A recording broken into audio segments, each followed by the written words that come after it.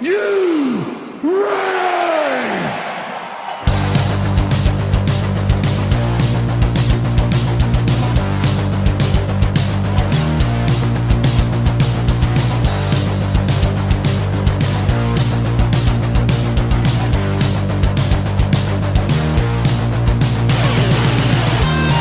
This is the D-Generation cliX podcast.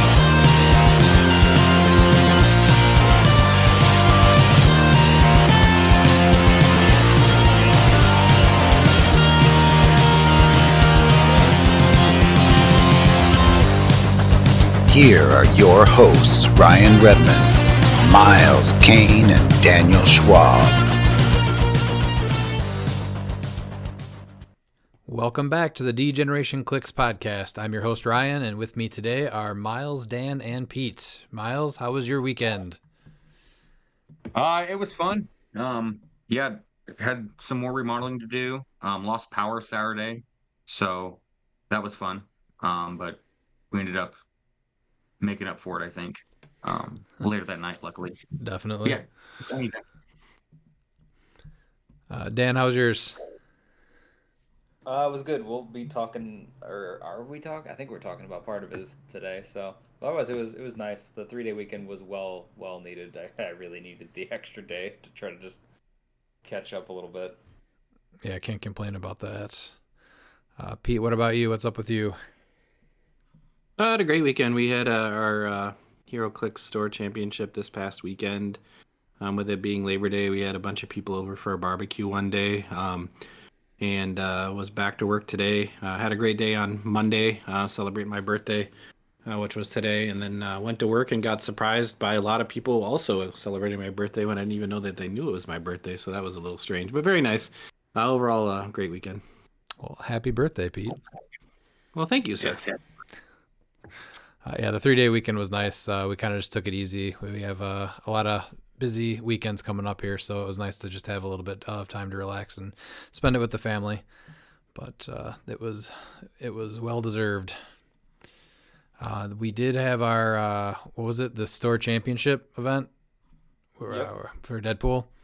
What did you guys think about being able to run your competitive teams one more time before Worlds? I really needed the practice, so it was nice to get some reps in, like, on the physical board. So.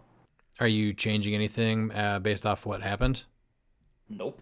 I gave up 0 points all day. That feels pretty good for me. All right. Pete, what about you? I needed the reps for sure. I got to play against you and Dan in back-to-back, so I was pretty frustrated by the end of game 2 just because your guys' teams are not copies, but they're similar. I'm not going to spoil anything for anybody. But it was good to see the matchup because I think some of the pieces I was playing against are definitely things that are going to play big in the World Championship. And it also helped me work out some of the kinks that I was still considering. So. Are you changing anything, or do you feel like it's set? No, I'm good with what I have. My idea is just to get actions and get attacks, and I think my team does that effectively. And I think there's just some utility with I'm playing butterfly swap also, so I think a lot of it was just practicing with the different butterfly swap pieces to see what's a better matchup. Yeah, I feel like we had more events going on last year around this time, and I definitely felt way more practiced up by the time we were going into Worlds. So I was able to play and kind of practice the weekend before in Ohio, so I already made a couple of tweaks, and I don't think I'm going to change anything after how this weekend went. So yeah, I think I'm pretty set as well. Miles, even though you didn't get to play, are you pretty set, or are you still working a couple of things out? Tinkering with placement still.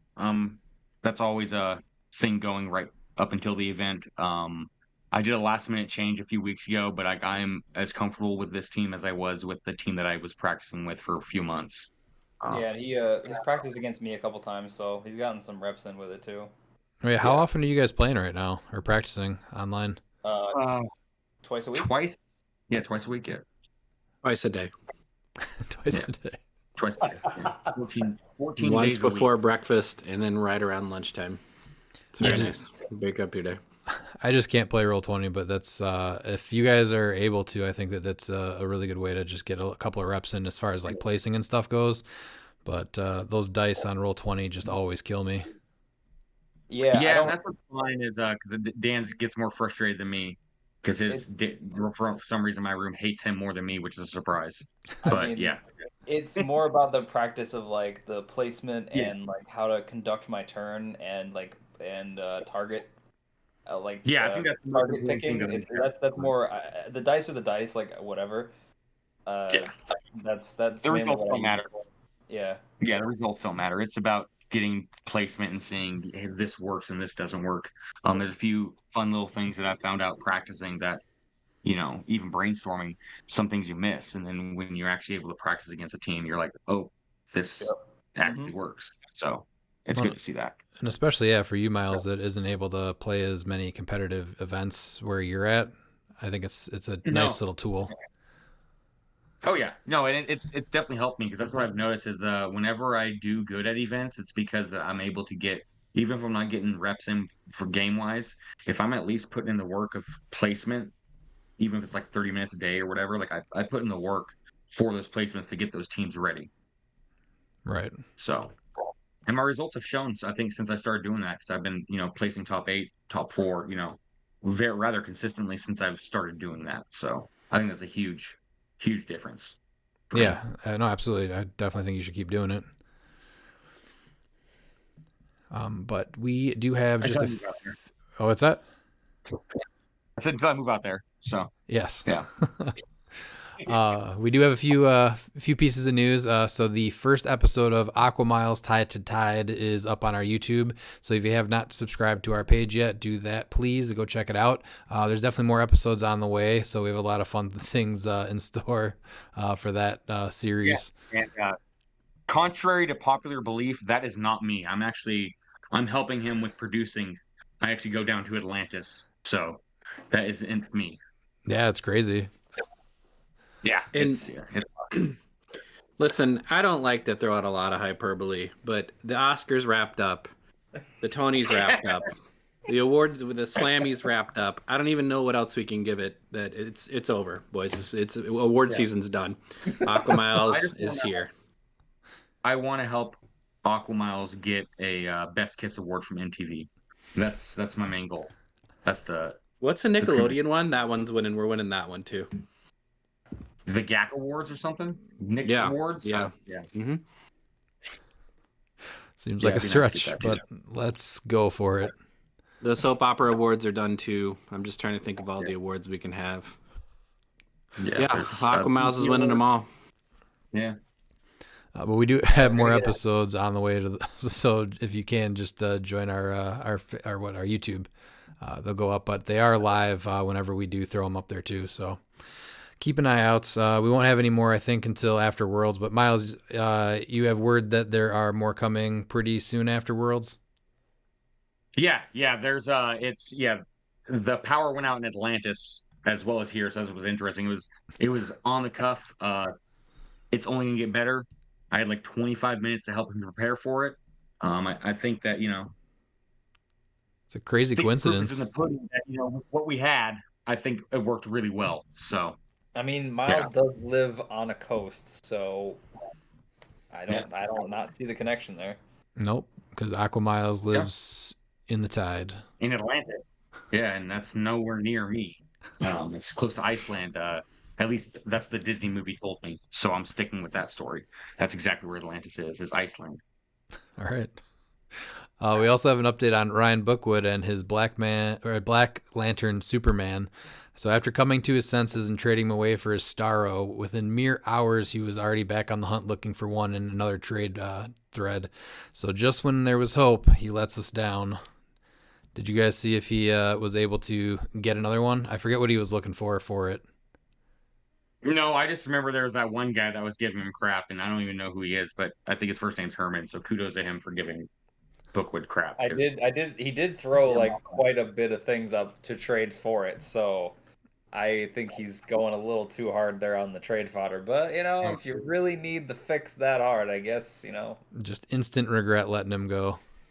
Listen, So if somebody has this Black Lantern Superman and wants Starro, just send Ryan Bookwood a message on Facebook and tell him that you will take Starro for Black Lantern Superman, and he can go ahead and probably throw in a recent prime as well, and you should be able to get it. There you go. It's one of the great love stories of our time. Okay, Bookwood and Black Lantern Superman. He sits there. He listens to that theme from Titanic, cries a little bit. He just misses Yeah, his a lot. boy. Somebody help reunite those two. All right. With Worlds about 2 weeks away, we did want to take a little bit of time, just break down the events, the schedule, and the prizing. So, Pete, if you want to start with the HeroClix World Championship. The HeroClix World Championship, the 2024 HeroClix World Championship, is an open event, and that means basically anybody who attends may play. The following players will receive a full point first round bye: the 2023 World Champion, National Champions crowned after September 18th of 2023, the 2024 Adepticon Champion, the 2024 Origins Champion, the HeroClix World Championship. Details are as follows. It is Modern Age, 300 points. Only small maps, 16 by 16. Large maps are otherwise rotating from Modern. They're gone, right? Large maps are gone. Yep. Correct? Only for Okay. big Yeah, events. Okay. Entry fee's $20, and the prizes as follows.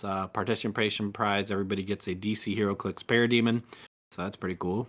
Top 32, you get the Con Le Brood, Con Le Captain America on Pegasus, and Con Le Merman Batman. Top 16 will add on additional pricing, as you get all the top 32 pricing, the participation pricing, and the HeroClix Con Le Cyclops, Con Le Iceman, Con Le Venom Goddess Symbiotes, and Con Le King Arthur Camelot 3000 AD. Top 8 includes all the previous pricing. Then you also get a Masters of Time Jurassic booster, a Con Le Calabac, and I believe the Con Le Superman and Con Le Gingerbread Man. And then top 4 gets all the previous pricing mentioned, and you throw in a Weapon X Premium booster, a Next Phase Retail Chase, and Con Le Steppenwolf and Old King Thor. Second place gives you all that pricing plus a factory set of Deadpool Weapon X and a Masters of Time booster brick, and the winner gets all the top 4 pricing: Master of Time factory set, the Weapon X factory set, the HeroClix Design a Figure for the World Champion Trophy winner. And the design a figure should obviously be something really, really cool. So anybody that gets that, congratulations, and I hope you break out something awesome. Yes. Yeah, that's always that's the coolest part of like seeing what gets designed out of the design of figure every time. Because we just got the one from 2022, right? In this last set? Yep. Yeah, that was No, the Constantine. was it? Yeah, because he didn't win last year. So yeah, it was 2022. Yeah, so the turnaround Yeah. for these is actually quite long. Yeah. So next up is Friday with the HeroClix Team World Championships. So the entry fee is $180 for a team of 3, so that's $60 a person. The format is sealed, so a team composed of 3 players will receive 1 brick of the DC Masters of Time boosters for sealed, consisting of 8 regular boosters and 1 Jurassic booster, containing the 1 Colossal figure and the 2 regular figures.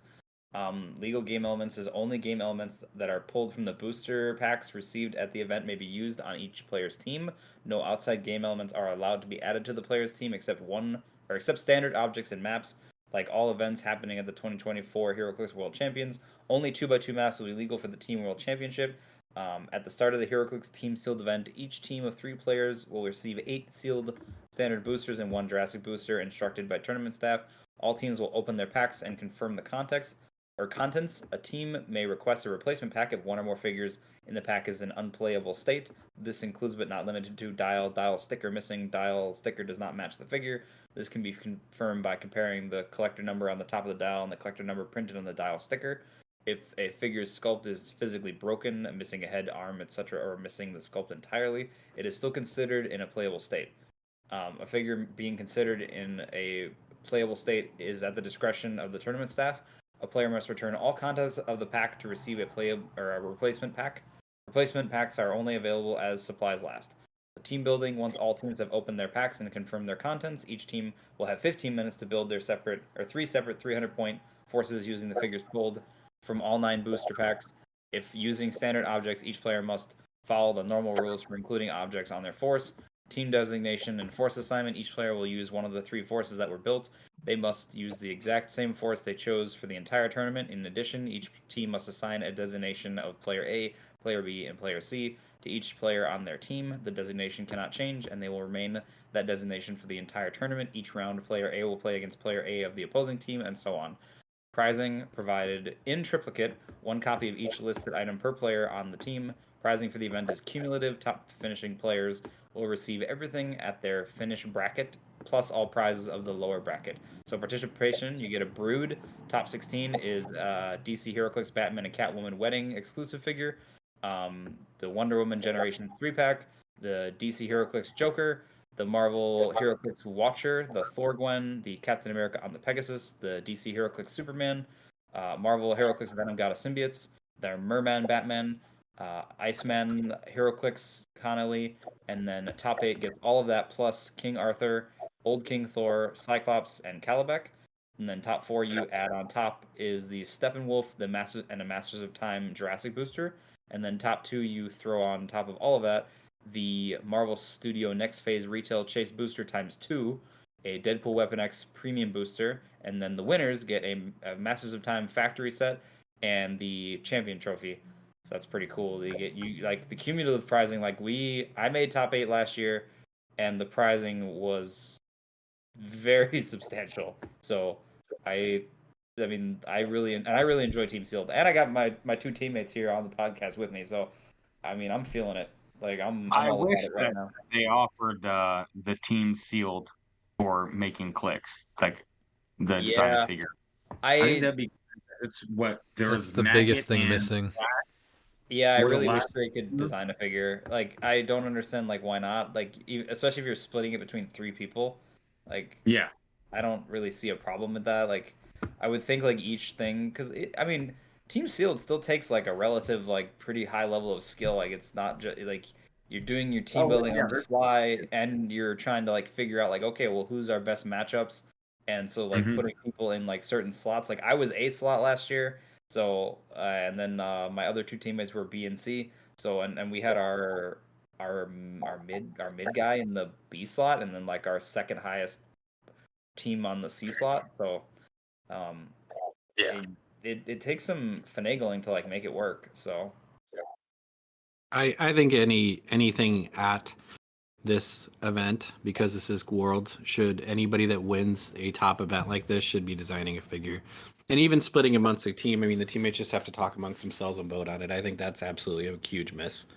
Well, we have 2 figures already that were recently, which was the maggot and the Flash, and like yeah, those pieces are great. and Mhm. I guess the older ones were like that was the trio for the Shazam, the Black Adam, and the Billy Batson too. It was like Yeah. I know it's older, but that's one that I relatively remember Even being a like the team. bystander, or a map or something, for because this is a world championship, and I understand it's team sealed, but like it'd be nice to get something for them to like remember that yeah, I won this and this is what I got. Yeah. I know it's a Besides little nitty, Kind of puts your besides stamp but on just the game. yeah, exactly. I yeah, think that's the bigger thing is like you just get to have like a thing where you're like I got to have something of myself in the game, which is cool. Like it's still yeah, gonna be like a comic book figure or whatever, right? But that would be so cool yeah. to be able to just like Even for a map, yeah, yeah, bystander, a figure, a map, something. That's one of the neat things about the Rock Cup is that you can win the ability to create legacy cards or a map or a bystander, stuff like that. Hmm. Dude, the even a legacy card Leggett. would actually be perfect for team sealed. You Oh have Yeah, yeah, designer figure and then legacy card yeah. for the team sealed. The legacy card would be really cool because that would be awesome to be able to pick a legacy figure Yeah, that you know is coming. Yeah, well, that's especially because you could assign one to each player, then, right? Like that would be yeah, huge. yeah. exactly. That makes it easier. Yeah, Each yeah, like player gets yeah, their own. like not so yeah, so maybe not design a figure, but design a legacy. Oh, that'd be awesome. Yeah. Yeah, but it Let's has to be same things. That way it's teams. So it's like, okay, these 3 have to share something in common. So that way they're from the same set and you know that they were designed by a team. Something Yeah, like that. which I think that's fine. We're Yeah. full of good ideas. Whiz kids, slide into those DMs. Let's go. Oh, yeah. All right. And then next we have the Pulp World Championships, which I believe this is Thursday. Entry bucks is $20 because $20 is $20. The 2024 HeroClix Pulp World Championship is an open event, meaning that anyone who attends may play. Each player will bring a 300-point modern age Pulp team, so that's only figures from the common, uncommon, and rarities are allowed. All figures are considered unique. Non-character game elements other than maps and standard terrain markers are not allowed. What they also missed is that that also means no primes, because technically primes are of a rare rarity, so no primes are allowed. In addition, 16 by 16, 2 by 2 maps are only. Tournament will be Swiss with a number of rounds determined by attendance. I'm still not sure how I feel about that. I think if you're in a world championship, you need to cut. Yep. For prizing is cumulative. Top finishing players will receive everything at their finish bracket, which is, yeah, you need to cut for this. Plus all prizes for lower brackets participation. Participation, we have the DC HeroClix Parademon. Top 16 is the Brood. Top 8, Masters of Time Booster Brick and the Cyclops LE. Top 4 is Steppenwolf LE. Top 2 is Masters of Time Jurassic Booster and Calabac. And the winner gets Masters of Time Jurassic Booster times 2, making 3 total Jurassic Boosters for first place in the Pulp World Champion Trophy. Um, I am entering in this event, but having it only being a Swiss, I think really hurts it. I think that it needs a cut, especially since there's really not a lot else going on that Thursday. Um, and then once again, design a figure. I mean, just designing a because if you look at all the figures that are designed by world champions, they're always higher rarity, and so it'd be cool to have like a pulp level figure designed. So Yeah, that would actually be a good addition. because yeah, I don't know, is there any designed figure that was lower than super rare? Not off the top of my I don't head. think. No, not one I can remember. Yeah, I mean they're making rare so good that I mean, yeah, designing a rare is just like, yeah, that's. You were I talking think about the design of figure, Miles. You were asking like what yeah. rarity. The only, like I said, the only one that I remember being rares was the Shazam, Black Adam, and Billy Batson. Those were all rares at the time. That was Rebirth, but that's the only ones I can remember that were specifically Oh, rares. is that a design figure too? Huh? That was a design figure because I didn't realize there was more than one design figures that were designed on that rare in that set because I thought the only Was one from that set was yeah, The I think Shazam, it was the Shazam, the Billy Batson, and the yeah, Black I thought it Adam. was just Flex Mentallo. I thought Flex Mentallo was the only design the figure that was designed by a champion from Rebirth. I Prez didn't realize there was Ricard more. was in there too, Yep. Oh, okay. and he an uncommon or a rare? He was low. I think he was an uncommon. I Oh think, yeah, yeah. regardless. So yeah, I mean, I think that'd be cool for the world's champions to, like that's how you do it. World's champion designs a super rare. Then you have the teams are able to design legacy cards. I think that's the easiest. And then you Yeah, have Pulp designing Kerr. yeah, I like that a lot. Yeah, that'd be cool. That's a good way to split it up too and make it like relevant for each format. Being able Yeah. to design just an element that's legal for events is just an awesome thing to be able to do. So yeah, making that this happens once a year. So yeah, being able to do that I think would be awesome. Yeah, because I mean, if it was me and I got to design like an element, I would just I would play it all the time. Yeah, you can't beat that. I mean, if it was as handsome as you, Dan, I would play it all the time. Also, I'd mastermind to it. Yeah. Rude, I tell you. Those are the three main events, though. What do you guys think about the Parademon being a participation prize, or just generics in general? I like it. I I mean, backward nerds. I don't know. Yeah. I think they're pretty good. I mean, that gets them out there a lot more, right? So then they're much more like widely accessible, just being a participation prize. Because there's gonna be like, what did we? How many people at singles did we have last year, right? And teams was huge.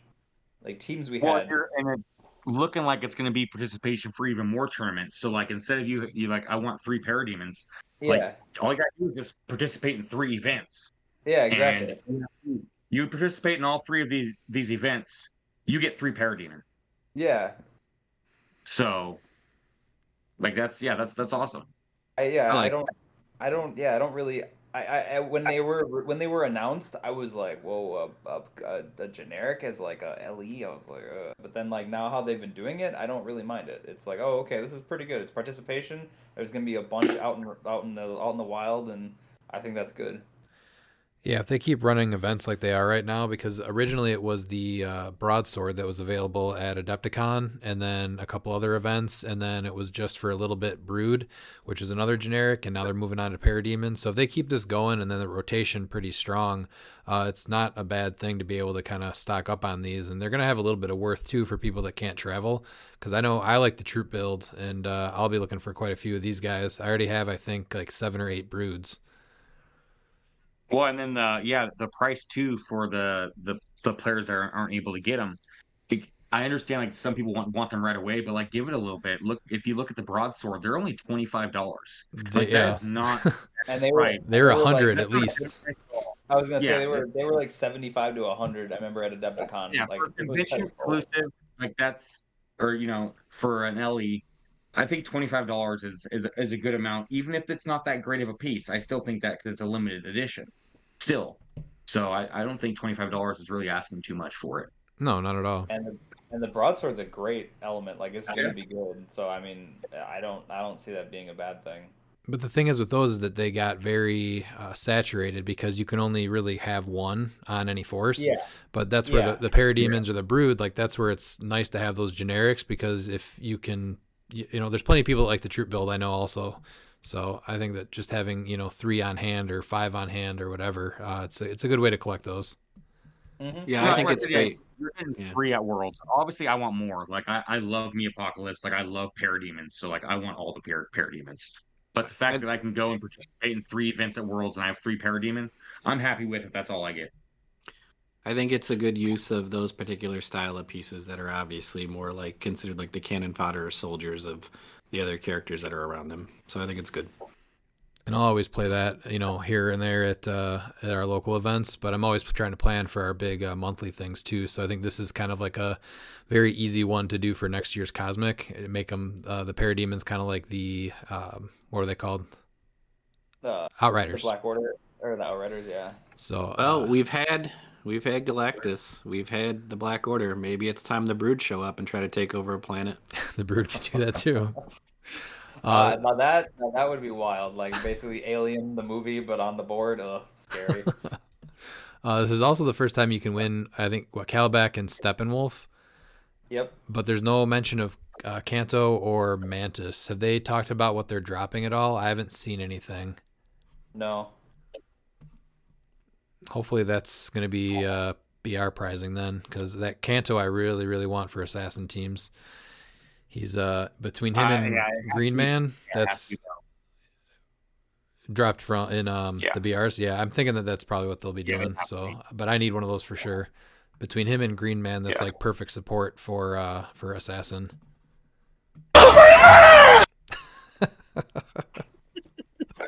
It's never not funny. Sorry. You're not wrong.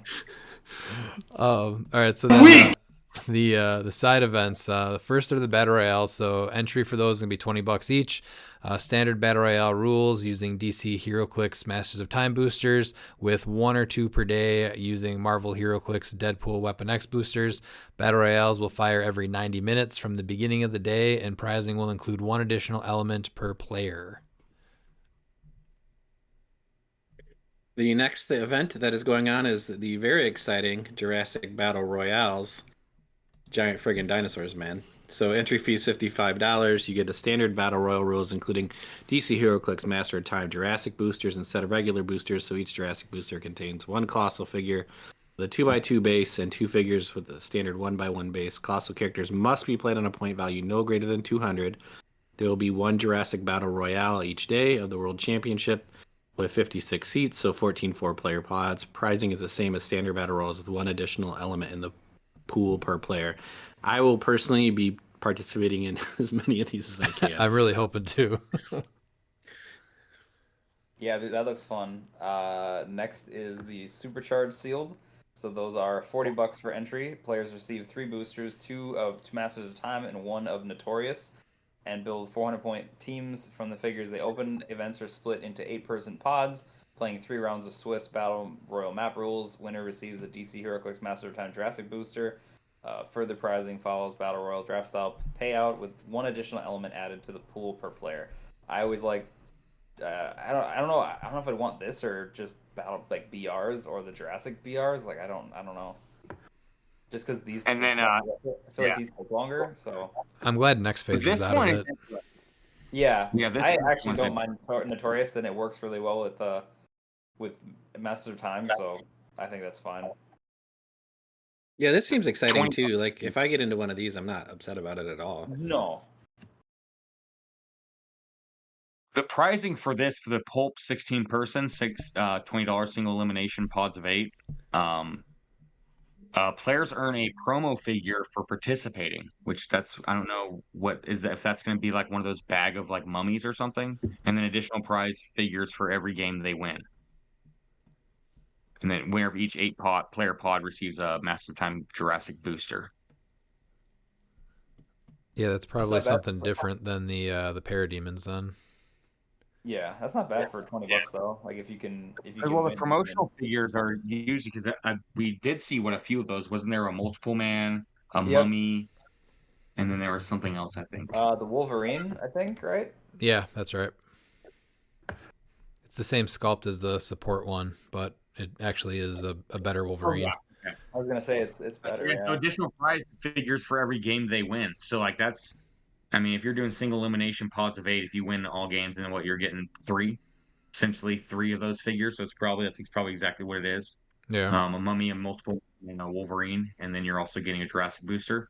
So I mean, even Okay. if you just, I guess 4 figures. So even if you're just participating, it looks like a promo figure. So I mean, I guess it's worth just entering Yeah, because you still for that. get. Just to get one of them. Yeah, because you're only getting you're just playing a team you're bringing. So I mean that's not too Yeah, I bad. mean, yeah, even if you're not playing in Pulp Worlds, like, dude, I don't see why. I mean, even if you're not going to win, I'm entering these. You're getting promo figures, and for so you can essentially just say I'm buying these for $20.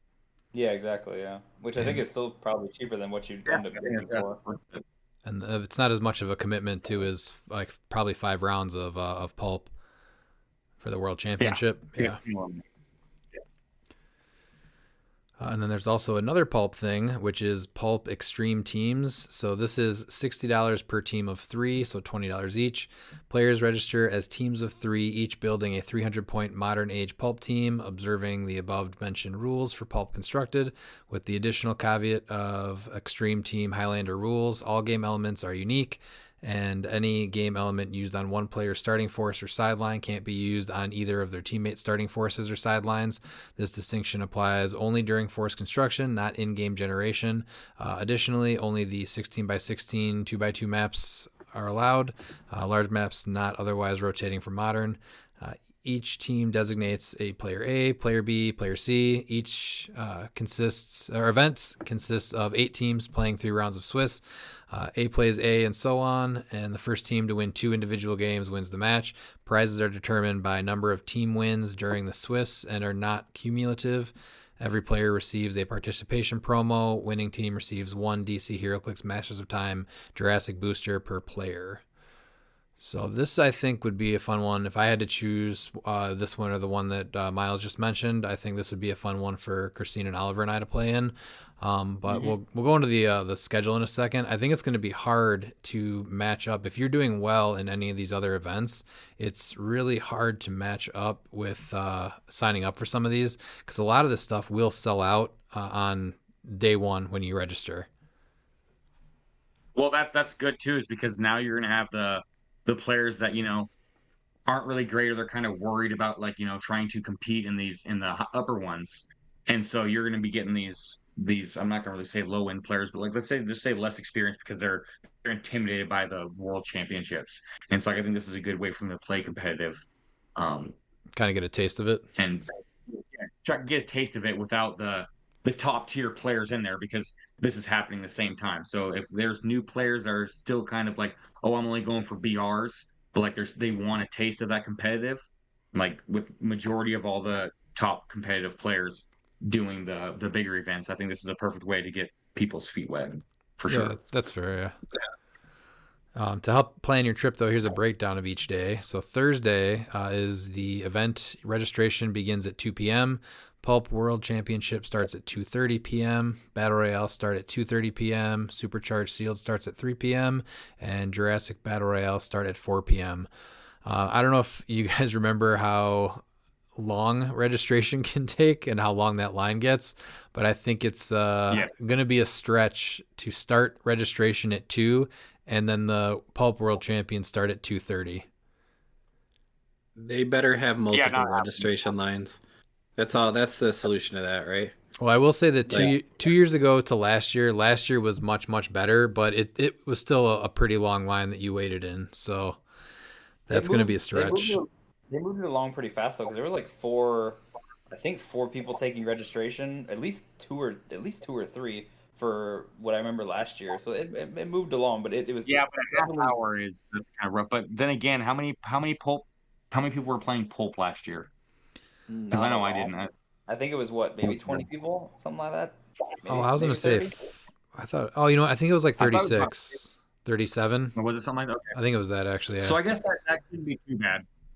The Friday is definitely going to be. Oh yeah. I don't see that happening. Yeah, There was like 200 and something people at teams because there's three people per team. There was a ton of yeah. people. It's the largest.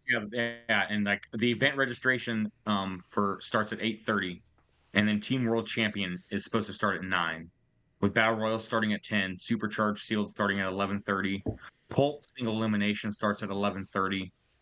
Pulp Extreme Team Highlander starts at 4. So I guess if your team is not doing good, you can go ahead and do the Extreme Team Highlander. Jurassic Battle Royal start at 4, and then Fan Appreciation Presentation starts at 8. Which those So have been yeah, pretty neat. So if you can make it, they usually have a little giveaway. And it's cool to be yeah. at those. Oh, awesome! At So the end I'll actually be last there for year, that.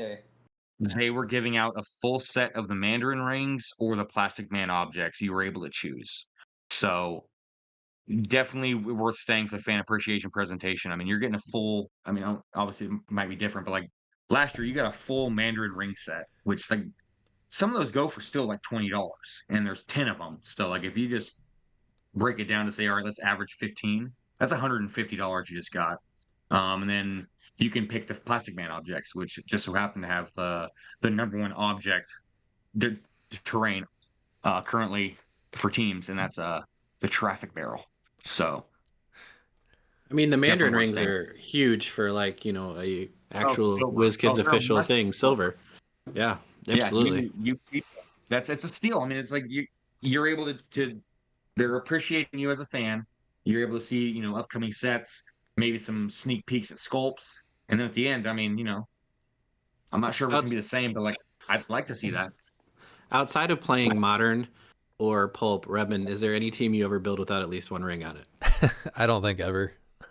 Yeah. Sometimes 3 to 5 the rings. That brings Yeah. us to Saturday, which is going to be event registration at 8:30, and then the World Championship starting promptly at 9. Not 9:01, but 9. Battle Royal start at 10 a.m. Supercharged Seal at 11:30. Pulp Single Elimination starts at 11:30. Pulp Extreme Team Highlander starts at 3:30, and then you get some more Jurassic Battle Royals at 4. So if your World Championship isn't going well, you can still get into a Jurassic BR at the end. Yes, sir. And then to wrap up the weekend or the end of the weekend, it's event registration starts at 8:30. The World Championship playoffs, which I'm guessing is top 32, starts at 9 a.m. sharp. Battle Royals kick off at 10 a.m. Supercharged Sealed gets going at 10 a.m. as well. The Pulp single elimination starts at 10:30, and then same with the Pulp Extreme Highlander starts at 10, and then the Jurassic Battle Royal start at 11:30. I think because usually Sunday everything kind of winds down a little pretty early, and then that like concludes the weekend. Then we all cram in the car and we beat it home. Yep. So it does look like over. it does look like there's just a ton of Pulp events. Do you guys think that that's a little excessive? I'm not. I don't even haven't even decided if I'm even going to play a Pulp event. I guess I got to start looking at it with that many things that they're going to have to at least have an option if I want to join in on something. Yeah, I probably should at least like give it a go over, but I'd almost want to rather do just BRs or something to be honest. But I mean, Well, I mean, it looks like you're getting promo figures, so like it's worth getting. I mean, if you're still like iffy about like what to bring, yeah, 200-point Moon Knight or even the 200-point Black Adam, I think, is just an easy, simple team. You That's only need to bring true. another 100 points. So, yeah, I mean, if you're just going to be there for side events, even people listening, like I 100% just bring the 200-point Moon Knight or 200-point Black Adam with 100 points of support. It doesn't matter. Like that'll give you a chance at least, and you're I going to was be just getting promos. Yeah, I was just thinking about like the amount of time it is versus like a BR. Like I feel like the pulse is gonna take like a couple hours versus like the BRs. Like you get one like every hour basically. Well, Elimination. So, like, you know what? I'm just going to throw this game. I just want this promo. Yeah, it's true. You could just do that. You'd be like, hey, I can see. Done. Bye. and I wouldn't say and conceit, you still have the thing where you can go tour Graceland with the TCB package. I mean, they do, if you're staying at Graceland, they have a very nice pool and stuff. And Yeah. it's just time to interact with people also. So that's what I'm looking forward to the most, is just interacting with the community. Yeah, I The heard also event Miles that I'm most actually. excited for is actually Team Sealed with the other members of this Oh, I podcast. am. It's going to be amazing. I don't. Yeah. I know Silver needs a or a like an update to their bench and ban list, but I just think it's missing from Worlds or even like a theme event or something. I would really like to see that. I agree. Yeah, I don't disagree with that at all. That Yeah. would have been very nice to have some of that there. I was really surprised they didn't have any of it. Or especially like with the change to the 50-point black card, it does hurt that team that Lucas played. I mean, obviously not much, but it does hurt it a bit because you can't, place those 75-point black cards all the way across the map and then them attack you. So, I mean, maybe even if they didn't give us a new ban or bench list, that team wouldn't be as oppressive, not as oppressive, but like as like first turn you're dead. And So Amit's tomb being gone also, so yeah, maybe yeah. it wouldn't have been too bad. No. And some of the other stuff going on the weekend is obviously Con LEs are going to be for sale. This year there's going to be some pretty good ones, and I don't think we've even seen them all spoiled yet. There's the Deadpool and Friends High Five for $45. DC Hero Clicks League of Super Pets for $60. The Deceased Catwoman, who's great, for $15. DC's Darkseid, who's cool, for $15, and one that I'm definitely buying and playing, even if he's terrible, is Batman of Zura and R for $15. I am so excited about that piece. I can't even rationally explain it. What So, is We he? already said that. So Yeah. he's a alternate personality of Batman, right? Like it's like Batman's like more lethal side of his personality that I from what I remember reading, but I don't know him as well as you probably do, Pete. This is 100% Grant Morrison's version, where he was co-opted and drugged out of his mind, and essentially the personality took over. And so he basically made a suit from stuff he found on the street and was still fighting crime with like baseball bats and like knives he was finding. It was if you haven't read Grant Morrison's run, it's incredible. Oh, okay. See, I read the more recent run, and basically what the way they equated Zeranar was like it's Batman without the morality to an extent. Is like he has like the line is very blurry, basically. He's been a few things throughout time. He was like essentially like an alternate universe one when he first appeared, but coming into like the modern like comic lexicon, he's a backup personality for Batman. And I don't want to spoil it. It's been out for a few years, so if you haven't read it, you should go pick it up and read it. But there's a lot of really fun things that happen during those issues. I'm pretty excited All for right. Super Pets and Catwoman. Catwoman looks awesome. I need Catwoman. The rest is kind of meh. Super Pets? Dark Come Knight on. goes in a vibe. No, I just that I saw Super that Pets- I was not I was very like disinterested. I just don't care about the Super Pets. Beepo. Yeah, Beepo is definitely a figure with the S shield that I will play. Listen, you're gonna say it's not good, Dan, until what's the dog's name? The super dog. Crypto comes Crypto. across the board and gets him some. And Streaky. Oh, that's fine because I know Harris will play it, and then I will proceed to like stomp it into oblivion. So, Wow. Shots fired. Well, you guys heard it here first. Dan hates animals. you know. But anyway, the next part that's kind of cool, and this was started at Gen Con, is the Kevin trade-in. So, given the ease of the process at Gen Con to acquire a Marvel HeroClix Marvel Studios Next Phase Kevin Ultra Chase at the World Championships, sign up event registration at any point between Wednesday and Saturday with photo ID. Sign up spots will be limited to the number of available figures, with additional sign up spots designated waitlist.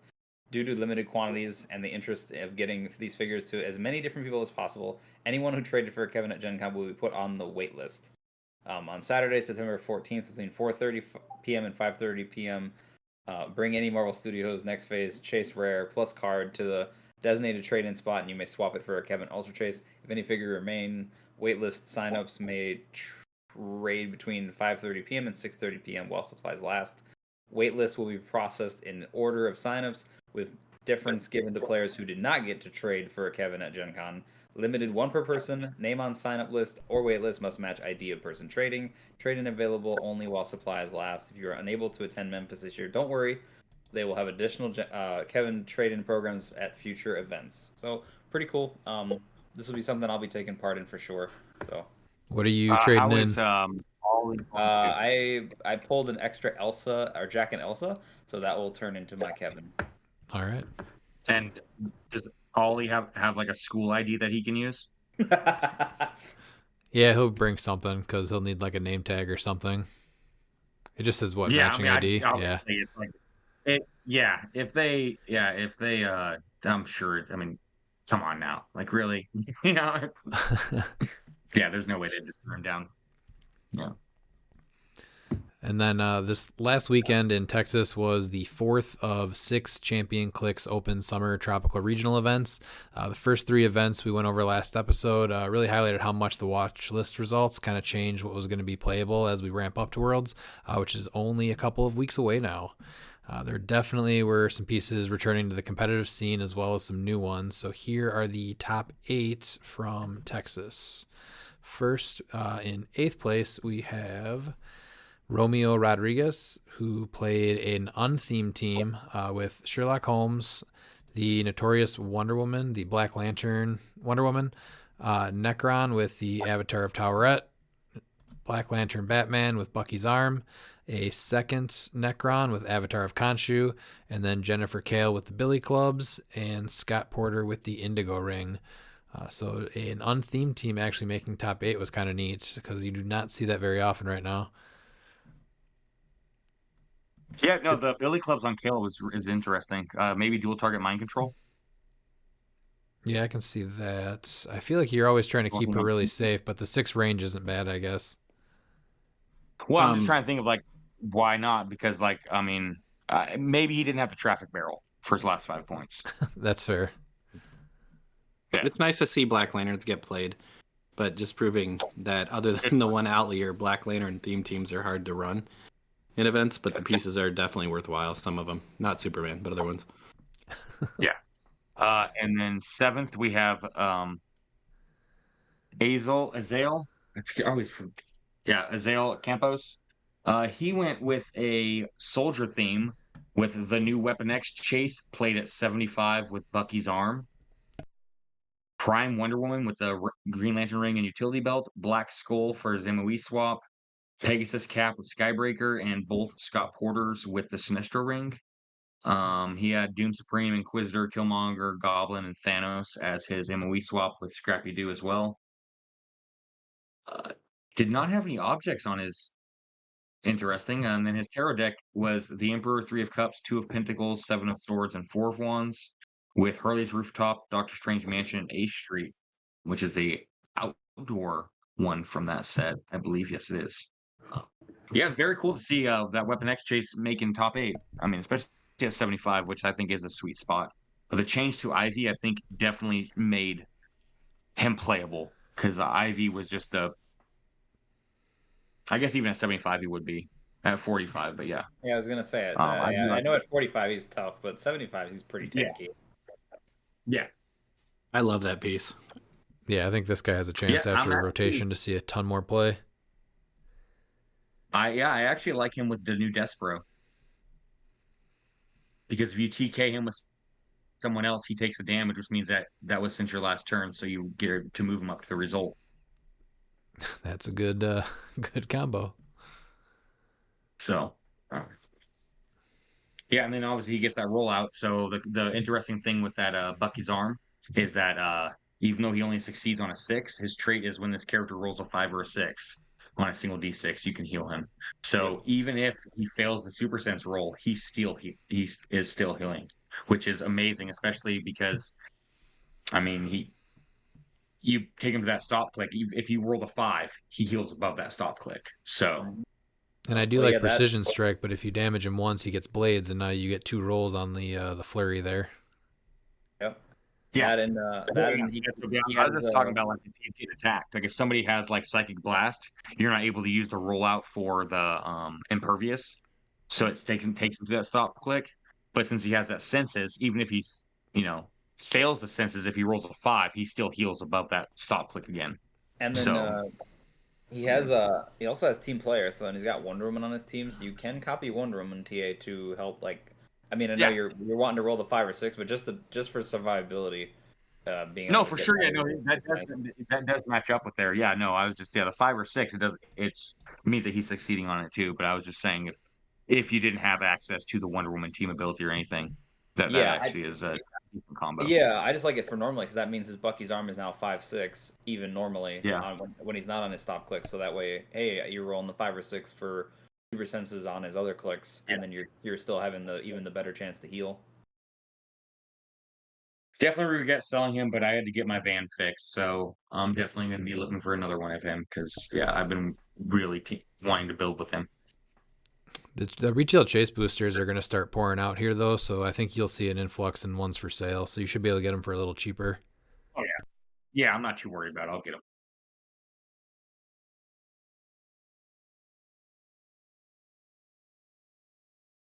Next is Zach Coffey's team. Sorry, Miles, I didn't realize if you were done covering this team here. Oh yeah, Um, I was trying to drag it on. So this is a lot of ape action. We got one Ghost Rider 048 with Bucky's arm, and then we have 3 Kongs. One has Avatar of Tauret, and then the other 2 are not equipped or not like no gods or anything. And then Jennifer Kale at 35, and the Black Shirt Porter. So sidelines Tauret, Chthon, the Doctor Strange, which is I've thought about this Strange for Ghost Rider just for the prob. The Werewolf by Night, which is the uncommon one, the Moon Knight from Spider-Man, and then the Ghost Rider 001 for the shape change and steel energy. He also has the nifty trapper barrel, so good 5 points. There we go. So it needs set right there. Got a nifty traffic barrel sighting. This is a very interesting team, so you can be really aggro with this, depending. I mean, it's only 6 I characters. think this was the exact same team that placed higher in here, I believe. Oh, really? Okay. Yeah, it's the exact same team. Oh yeah, look Um, at that. Yeah, you're right. So so yeah, I think looks like there was only a couple minor like There's a deviations. But difference yeah. between gods and stuff, but yeah, the sidelining gods are different. But yeah, it's the yeah. We have then in 5th place Mr. Josh Summer with the team name of, what is this team name? Tasky's Monsters. Butterfly at 60, Man Thing 53 at 55, Penguin from DC 2402 with the Trick Arrows, King, Deadpool, and also Bloodstone with the Pumpkin Bombs, which is a good play. Scott Porter with the Indigo Tri-Bring, the other Scott Porter with nothing, and then the Lucas, PJ, and Scott Pog for 5 points, which is a great 5 points. Sideline was Poison Ivy, Necron, Mern, Carnage, Silver Surfer, Ra's al Ghul Prime, and War Machine. Maps were Rock and Roll Concert, Iceberg Lounge, Sentinel Factory, and he also had the barrel. And we can get to it. I have a confession. We'll get to it eventually. So interesting that the Brock and Roll concert is legal when they said that the reason why the other map wasn't legal was because of the availability of it, and there's even less Brock and Roll concert maps out there than there are of the. Absolutely. It's a bit of an oddity, but you know. I was surprised by the Poison Ivy on the sideline as a swap for Butterfly. Yeah, that's an interesting choice. I mean, it's not. I don't think it's bad. It's just interesting. Well, so it allows for multiple options when you're actually looking at it. So Man Thing is able to obviously attack through them. And then see, is there anyone with super strength and sidestep? So that's what you're also looking for too. I don't know if there is. Not on the main force, unfortunately, and nobody I really see on the sideline either. So Yeah, no. So like I was gonna say, because the good trick too is if you have somebody with super strength that's already picked it up, or you can even do that with Man Thing on one turn one. Have him pick up one of those plant objects and then Mhm. bring him all the way across the map and drop it. You know Oh yeah. that is an option. But I don't. Yeah, because I'm guessing that Mer or Silver Surfer probably comes in for Penguin. I do like the Raw's call as a prime because if you're not using Absorbing Man, you forget. I think, especially because like if you're bringing in Mern or White Shirt Porter, like you're at least doing something to your team. And I think this is where Raw's Ghoul Prime actually shines is with these weird amalgam of teams Well, where you've got Absorbing a Man couple is of really yeah you He's got a couple of only assassins. You've got Deadpool and Elsa. You've got Scott yeah Porter. You've got that's you yeah you can that's bring exactly in that's right.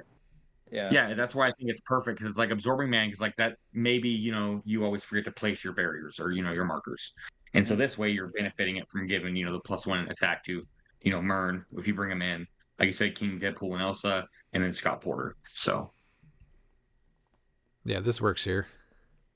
and what man no yeah just those three. I think those are the only three with it. I So kind of like that, even just for Deadpool and Elsa, just the pure stat bump, just to always have them be +1 attack is nice. Because I mean, that yeah, was I one mean thing I noticed with yeah them with the starting it's a huge 11. one. So it's cool that he's actually being used as a sideline active for, non-assassin teams. I think that's where I think this is it just showing you where he shines and that he actually isn't a useless prime. So, He is close though. and yeah, he's close. And next we have Mechalika High, Micah Hyde or Micah Love. Um, he is playing. Sorry if that offended you, Micah. I just love PB Herman. One crazy flaming head.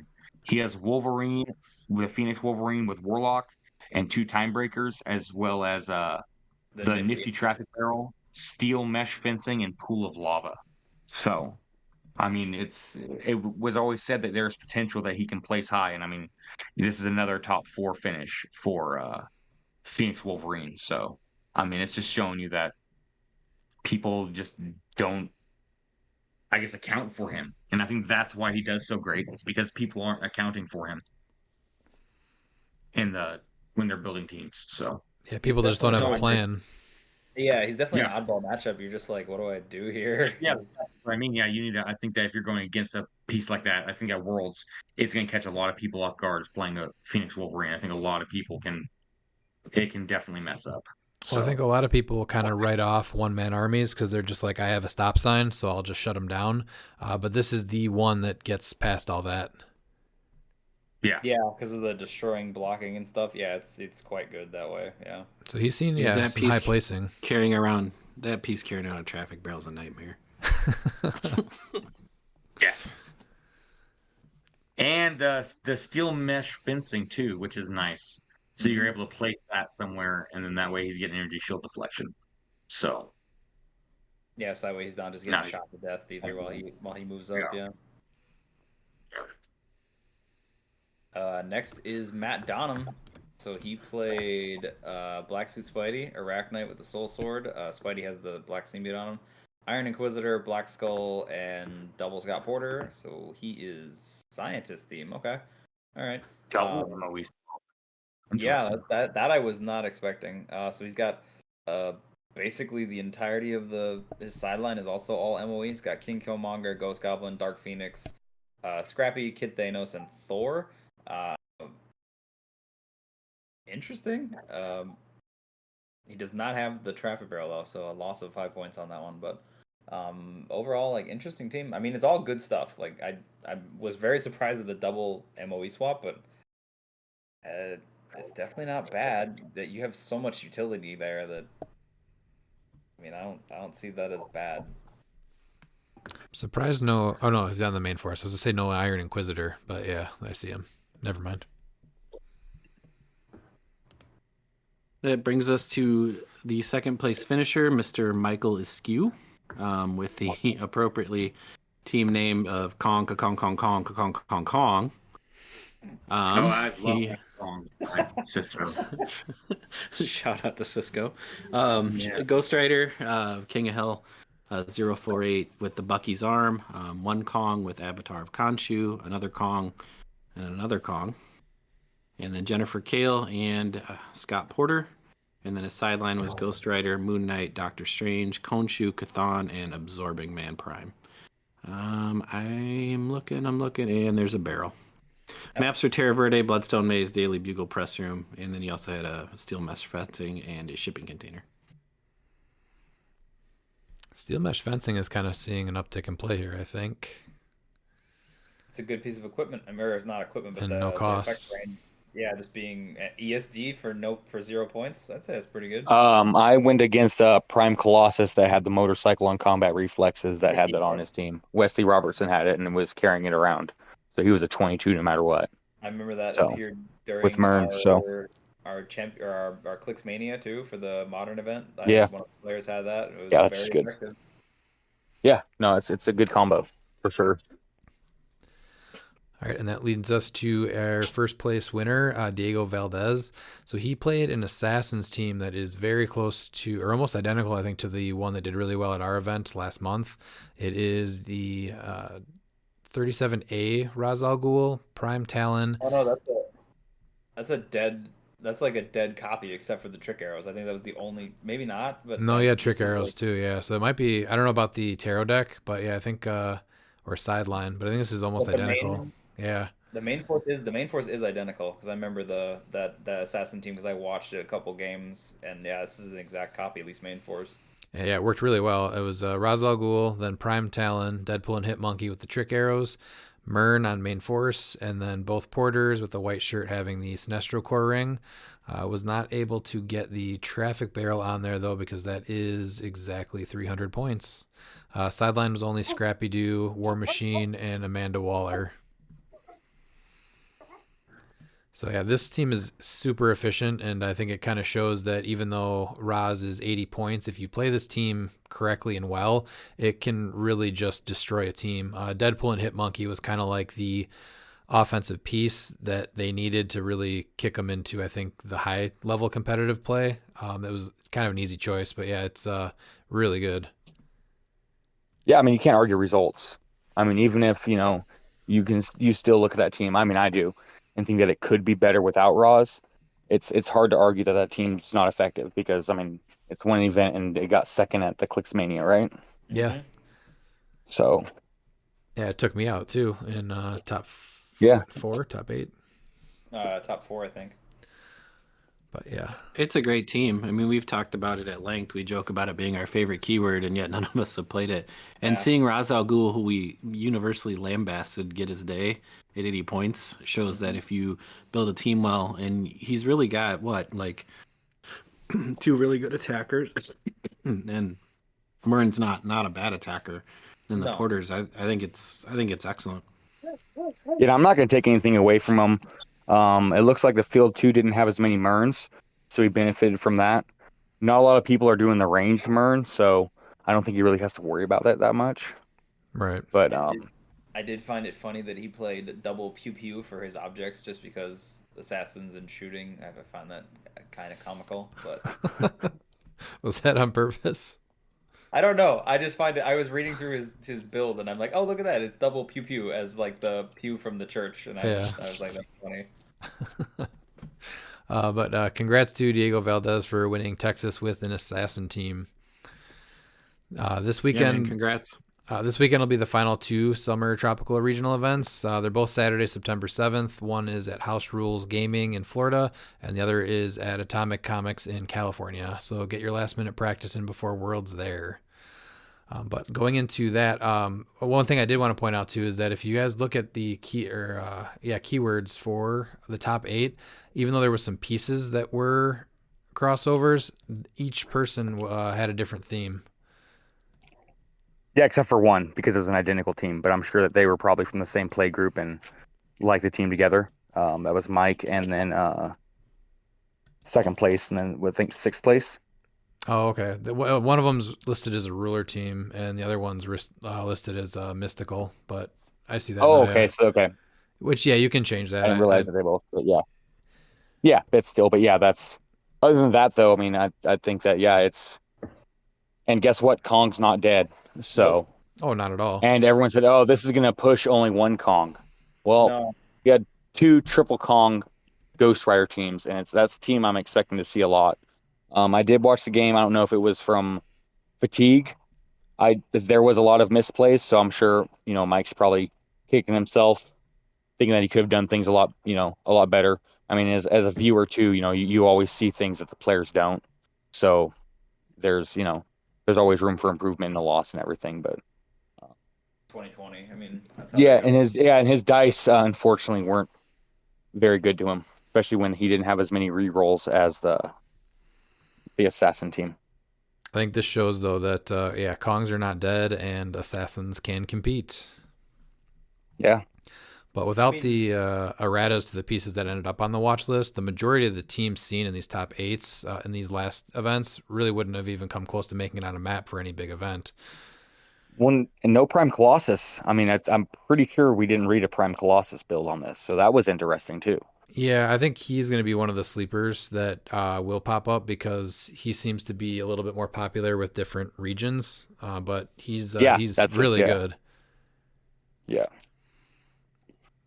With what we have been seeing do well over the last couple of weeks, what do you guys expect to see at Worlds? Just teams, pieces, or like what people should prepare for? I think that there's only been one top 8 finish in a post errata that has seen played. I'm pretty sure he's the only one that's done it because I haven't seen the other teams. But Phoenix Sentinel, I think, is something that people need to prepare for, especially like that Assassins team. If you see how that Assassin team works, they're bundled up, and a Mern Phoenix Sentinel team just destroys that team. So that's really something that they need to prepare for. Yeah, that's a hard team to get around. I think we're going to be seeing a lot of doing it, but when you're looking at all the keywords that Mern has and all these teams that are doing great, Phoenix Sentinel seems like a great play. So if you're going to be playing those keywords, make sure you have a strategy against it, because it's not a for sure win. You're just going to have to change the way you play, especially with the bundle up teams. I'm guilty of that sometimes too. That's why I'm not going the Mern keyword route. That's why I changed it up, is because I know what my play style is preferred. So I had to try and 180 that to where I can still do that play style, but not worry about the Mern interaction. And then 2x2 Apocalypse. He's going to rise before he falls and rotates. Yeah, we saw both of those pieces at Ohio, and you're mentioning the Phoenix Sentinel team. That's what Jason Alvey was playing there, and we think we played 5 rounds of Swiss, and he was top seed going into top cut. But then he got actually taken out by Jalen, who was playing the Legacy Apocalypse. Yeah, so both pieces there that you mentioned, they're going to definitely have a chance to shine too. Yeah, no, and I think that you have to account for those because, like you said, these different regions have the different meta, and so it's really interesting when you see all these regions. And thankfully, Claywood's done a great job with HC units, and it's only getting better to see it. So it's gonna be really interesting to see when we have all these regions of like what's gonna be the upper class of those teams, and that's why when I'm looking at the Austin, the Texas region, like none of the top 8s had Prime Colossus, APOC, or Phoenix Sentinel. No. And I just see all 3 of those builds being a problem for that Assassins team. And so I'd like to see that Assassin team do good, and I'd like to see them account for that. Maybe there wasn't cut, I don't know. But I think Prime Colossus those builds the biggest surprise, I think, is the Prime Colossus. Yes, that was because he's been everywhere since Gen Con? Since they released. He's been since he's been since Gen Con, yeah. Yeah, because Gen Con I think was his first major event. And that won our event that we did in July. Mm-hmm. Yeah. Yeah, so it's really crazy to see him. Like I said, and I don't have all the build sheets, so I can't see. I'm just going off the top 8, but yeah. I'd be very surprised if he was there. Not making top 8 is surprising. I think Prime Colossus is the piece that is kind of the entry piece, right? So like you have to be prepared for him, because if you are not prepared for him and he gets put on the table, you're going to have a pretty rough time. He chews through Kongs. You're going to see a ton of Kongs. You're going to see the Porters. He absolutely destroys Porters without even a second thought. So I think he's I think you got to be ready to play a Prime Colossus. Is my opinion on him. He's an amazing piece. He's very widely available and he's not super expensive. I think he's probably one of the least expensive meta pieces just because of the amount of 40? distribution. Something like that. It's Yeah. 40, I think. Yeah, I've because seen him for you're talking about 30. the double prime bricks. Yeah, the double prime bricks. Um, yeah, it's just that weird allocation, similar to the next phase where there's more prime man things out there than regular super rare man things. Um, So do you think so he saw less play though because of the change to Kong? Because he was a great answer to Kong, and he also themes with Kong. So with people just not playing him as much, thinking that they can't make a team still with him, or it's not going to be as like a I for think it's sure the thing. region. I I Yeah. think it's the region based off of like what a lot of people, are playing in your local area. You're gonna Mhm. be building with that and everything because like a lot of people probably don't want to have to play Colossus, and so if they don't have to, they're not going to. And when you're not playing against Colossus at your locals, you're really not going to account for it, and so you're not building with him because the team that you like works well. And then what about 048 Because what? Ghost Rider? He'll be there. Yeah, yeah. Oh, he'll be there. It's yeah. I was going over figures that weren't seen in this specific one since I think this is gonna be the last major. I guess not really major, but the last major event before Worlds. I'm not sure if we're gonna have another one There's two since Worlds more. is next week. There's two more next this weekend coming up here. Oh, okay. I didn't realize that. Okay. Yeah, so that Well, will be but like interesting too. the 048 Ghost Rider that was like everywhere at the beginning of the year, and I feel like he really died down. I don't know why Yeah, see, he is all of a sudden coming back. Is it just for the shape change on Kongs? No, I think it's just the durability he offers, like on a team, and I mean, uh, Well, the Blackheart Alpha really hurt him yeah, because the Ghost Rider teams are really about setting yourself up for success and trying to weather the storm yep, of an alpha attack. You don't really deploy them as an alpha team. no, They're a defensive, essentially turtle shell team. So the Blackheart, I think, with the double Kong is what really stopped it because the Kongs could just destroy them on their alpha. yeah, And without the Blackheart deployment, it feels a lot safer. yeah, I because mean, that's you can yeah. chip away at them pretty easily with Kongs. I mean, you still can. Hmm. Like they're not like invincible by any chance. They Well, no, just you're just not getting two Kongs all the way across the map against them. exactly, and now with them being able to do pen damage to them, you can do the stuntman of justice trick and just rip through a Kong and then finish him off with one of your other pieces. So I Yeah. think he's gotten a little bit better, but he is now just a much slower piece. So, but I think for what he offers as far as like survivability, I think that's where he may have picked up some steam. I mean, he's on my team and he was on my Adepticon team before. Like I know how good he is, and like I understand like where he brings like the most value. He was different 6 months ago when I could black card alpha him and throw him up there with the rest of my team, but now it's much more of a he just is there for more of his defensive option. Yeah, Well, the play style. he does something that nothing else does in HeroClix right now. I mean, the Lucas Yeah. Scott and PJ Pog protects you from Pulse Wave, Mhm. but he just lets you have all of your powers. So outwit means nothing, So he's gonna be there, and with him being more points than Kong, obviously he's a nice answer to Kong now too. Yeah. Oh, that's a good point. That I was wonder Play if that was a style, big part less of aggressive. an uptick on him too, though, because you can pick what is it? The werewolf guy has exploit, I Yeah, think. yeah, he has exploit and steal energy. So Yeah, so that's actually a good play against a Kong team. I did not think about that one. he's one of my pilots on my sideline for that exact reason. Is if I have a like, it's against a more specific Kong matchup where I'm not like, it's not like a Kong Ghost Rider or sorry, not a Kong and like a Silver Surfer or something. If it's something more where I just need to chew through reducers, I'll pick that one with exploit. Both the Werewolf by Nights from that set, I think, are two of the top three Oh, they're pilots for great. him. Oh yeah, I think the Uncommon Werewolf by Night, the what Play at Home Kit Werewolf by Night, and the 001 Ghost Rider, I think are your top pilots The yeah. that you blade should always from have with them. release day is really good too. Yeah, The what? Blade, the Blade. the release day Yeah. blade. Oh yeah, yeah. He's perfect for the Surfer matchup. Battle Fury Precision Strike, perfect. So for people that have not played against a Ghost Rider very long, what's the best thing to do? Is really just pack precision strike and hope you hit.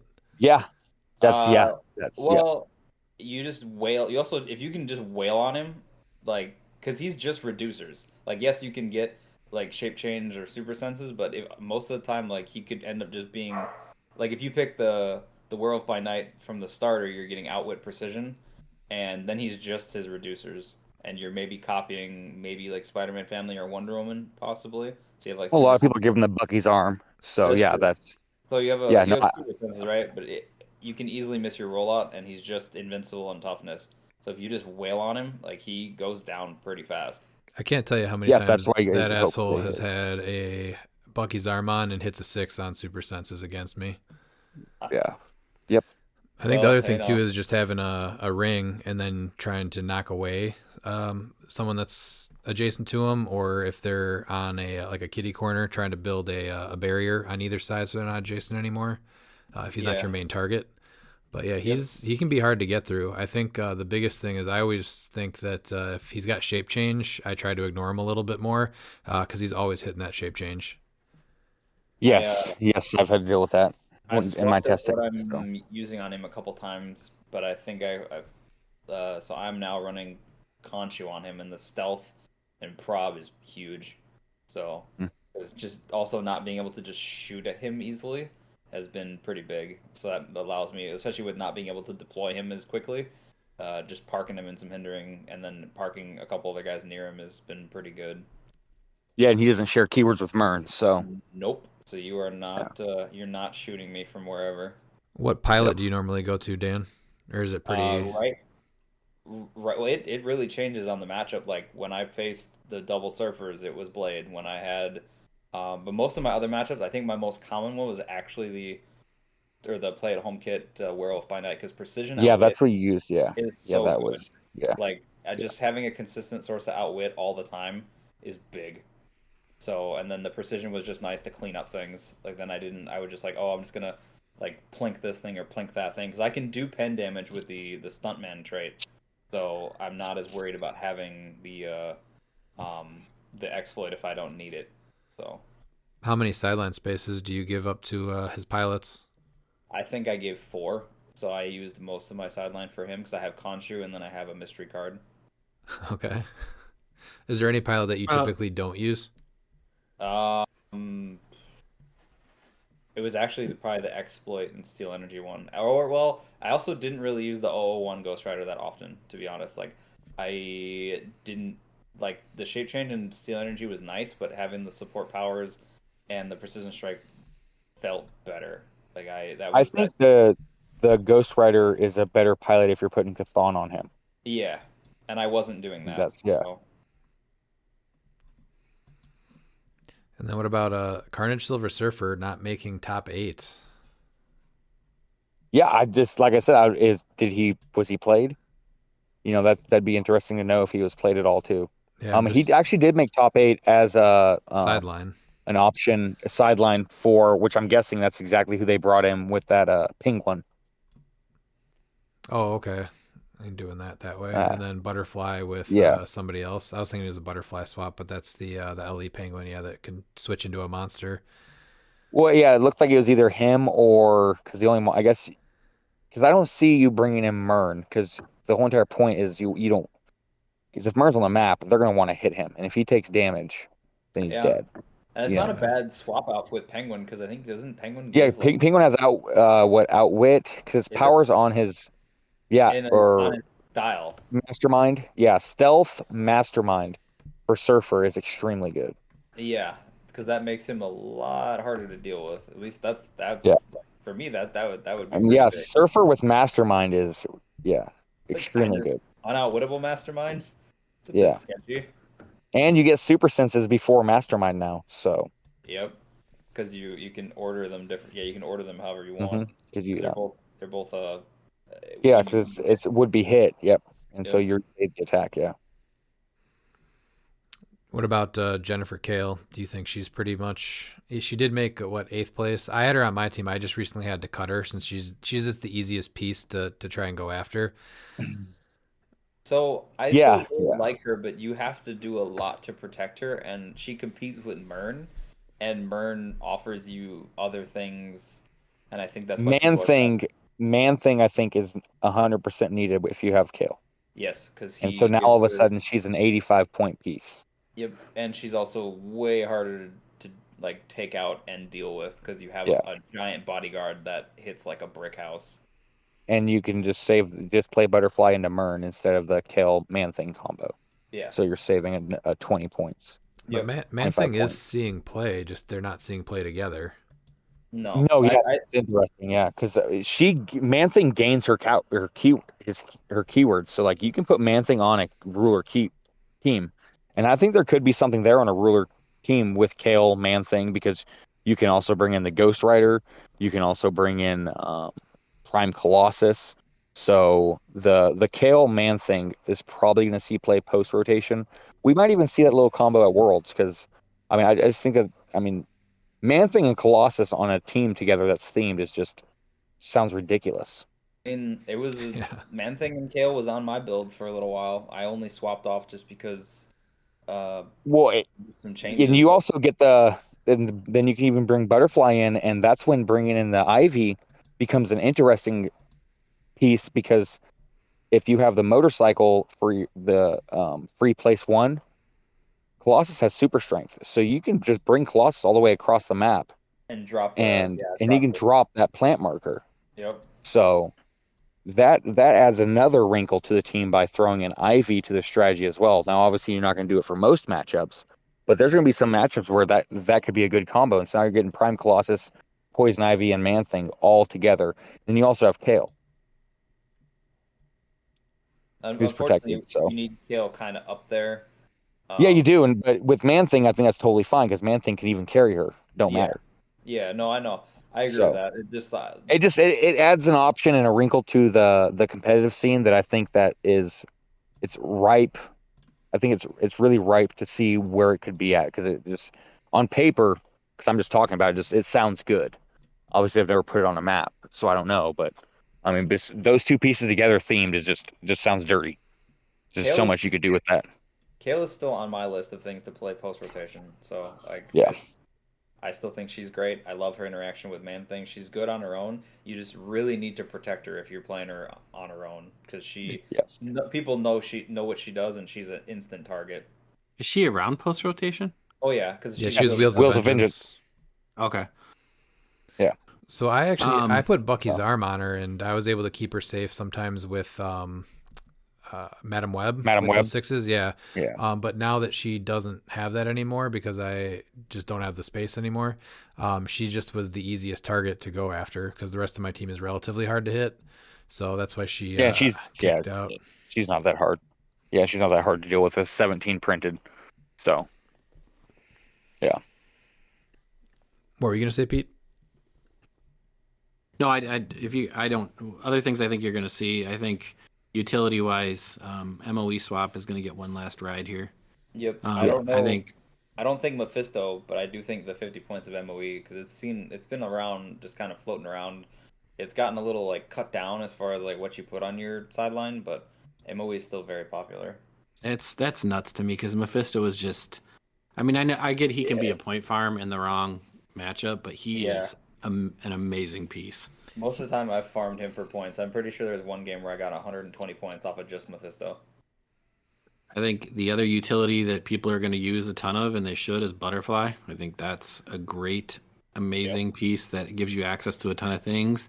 That leads right into the next piece. I think a lot of people are going to see is Death Metal Wonder Woman. Yep. Which honestly, Yep. as we Yeah. list a bunch of these pieces, I'm very surprised some of the stuff that we did not see in Texas. But I think Butterfly is probably going to be your top play at Worlds that you'll see the most on the most teams. Yeah, the options that Butterfly brings is insane. We've already named a few with Poison Ivy, which I know is kind of out there, but I mean that's an option. Mern, and then Surfer, and then you can also bring in Death Metal Wonder Woman. There's also the Pegasus play Cap. of Cosmo. I was Yeah, gonna say Yeah. Pegasus Cap, Cosmo. Um, there's just he's just too. And then also what's his name? The Logan. Major Logan. Yep. Yeah. Major Logan. So yeah, there's Uh, just so many options for Butterfly that Although it's like almost a must play. he did see play at full with a motorcycle in what was that on Highlander Games in was it Yes, Jersey? yes, yeah, So I mean, yeah. he might see play main force too. You never know. Like it's I just wouldn't recommend people copying that team and playing it. That is an Isaac build, so it's better just to let the master play that team I mean, I because it's way understand. out there. Yeah, I understand. Well, no, because it works well because you have Prime it does. Stone, who's Yeah, one of the best attackers in the game. You have Kong as like your one of the best secondary attackers.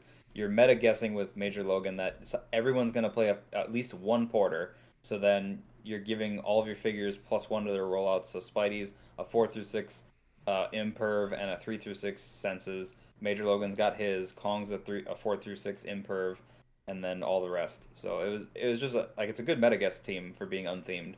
So I mean, it's a strong team. It's more of like, do you know how to pilot it? But there was a it's close good. team like that too with McConnell Mars team who made the Yeah. X-Men team, and then Yep. he did play Major Logan at low, but I think that's kind of you have to if you're going with that Blades rollout, but still with the motorcycle. So I thought that was actually a really neat team too. I could see that one, someone He doing went the something with other that. way. Yeah, he went the more defensive route with the Blades rollouts from the APOC Genesis combo. So I mean, I don't. I think that's still you'll probably still see APOC Genesis. Like that's still a solid strategy. Just again hard to hit. So You will definitely see APOC and Genesis. And you may still see one full point APOC too. In matchup dependent, he's kills a lot of things. mm, And he's your win or loss condition. Obviously, you got to get through all 300 points of him. So he's still not a terrible play. I mean, I know the traffic barrel. I think the Daredevils, those 10, 20, 30 point Daredevils, oh, such a nightmare to see They're so multiple of great. those. Oh, yep. I get so oh, tired of attacking those things and not killing any of them. see that was It's just why nuts. that was why I switched to outwit and precision because I could either just outwit one of them super senses and then hit him and then I can hopefully precision strike the other one so then he has only a 5 through 6 senses and it's like well all right I've now immuned probably two of them and they're now 0 points apiece Is there anything because that out of Deadpool Weapon X that you feel like is kind of a sleeper that might see some play? I uh, think King, Deadpool, and Elsa are not sleepers. They'll definitely see play. They're amazing. Yeah. they're I don't think they're that fantastic. I don't think there is really any sleepers. Uh, I It's do already like been more. established. Out of Deadpool Yeah, Weapon X, I mean, we know Colossus is big. I feel like people are gonna try to do the Prime Rogue thing, but honestly, your sleeper is Domino. I would think Prime Domino is your sleeper pick. Yeah, Jalen So had a we really saw, cool team yep, that he we played in saw it. Ohio. We saw it there, and she was yeah. real That's why I good. didn't add her to the sleepers because yeah, he got into the finals. Well, Yeah, So it yeah, seems but like he's the everything's kind only. of established that like what's good out of yeah, this or that's the most playable. I think more. I think actually more has potential. Especially at 40 with the motorcycle. I really do. Um, but maybe it's I just was not going to be. Maybe it's just on paper. I was Hey, only Rod. thinking I was only thinking Prime Domino because like he's the only one that's played her and done well with her, so she hasn't really seen like a broader appeal, I guess. And Post that's Yeah, rotation, Morph is going to hit like a bomb in a lot of teams. He's I great. think. especially in Pulp too. I feel like him in Pulp is just real good.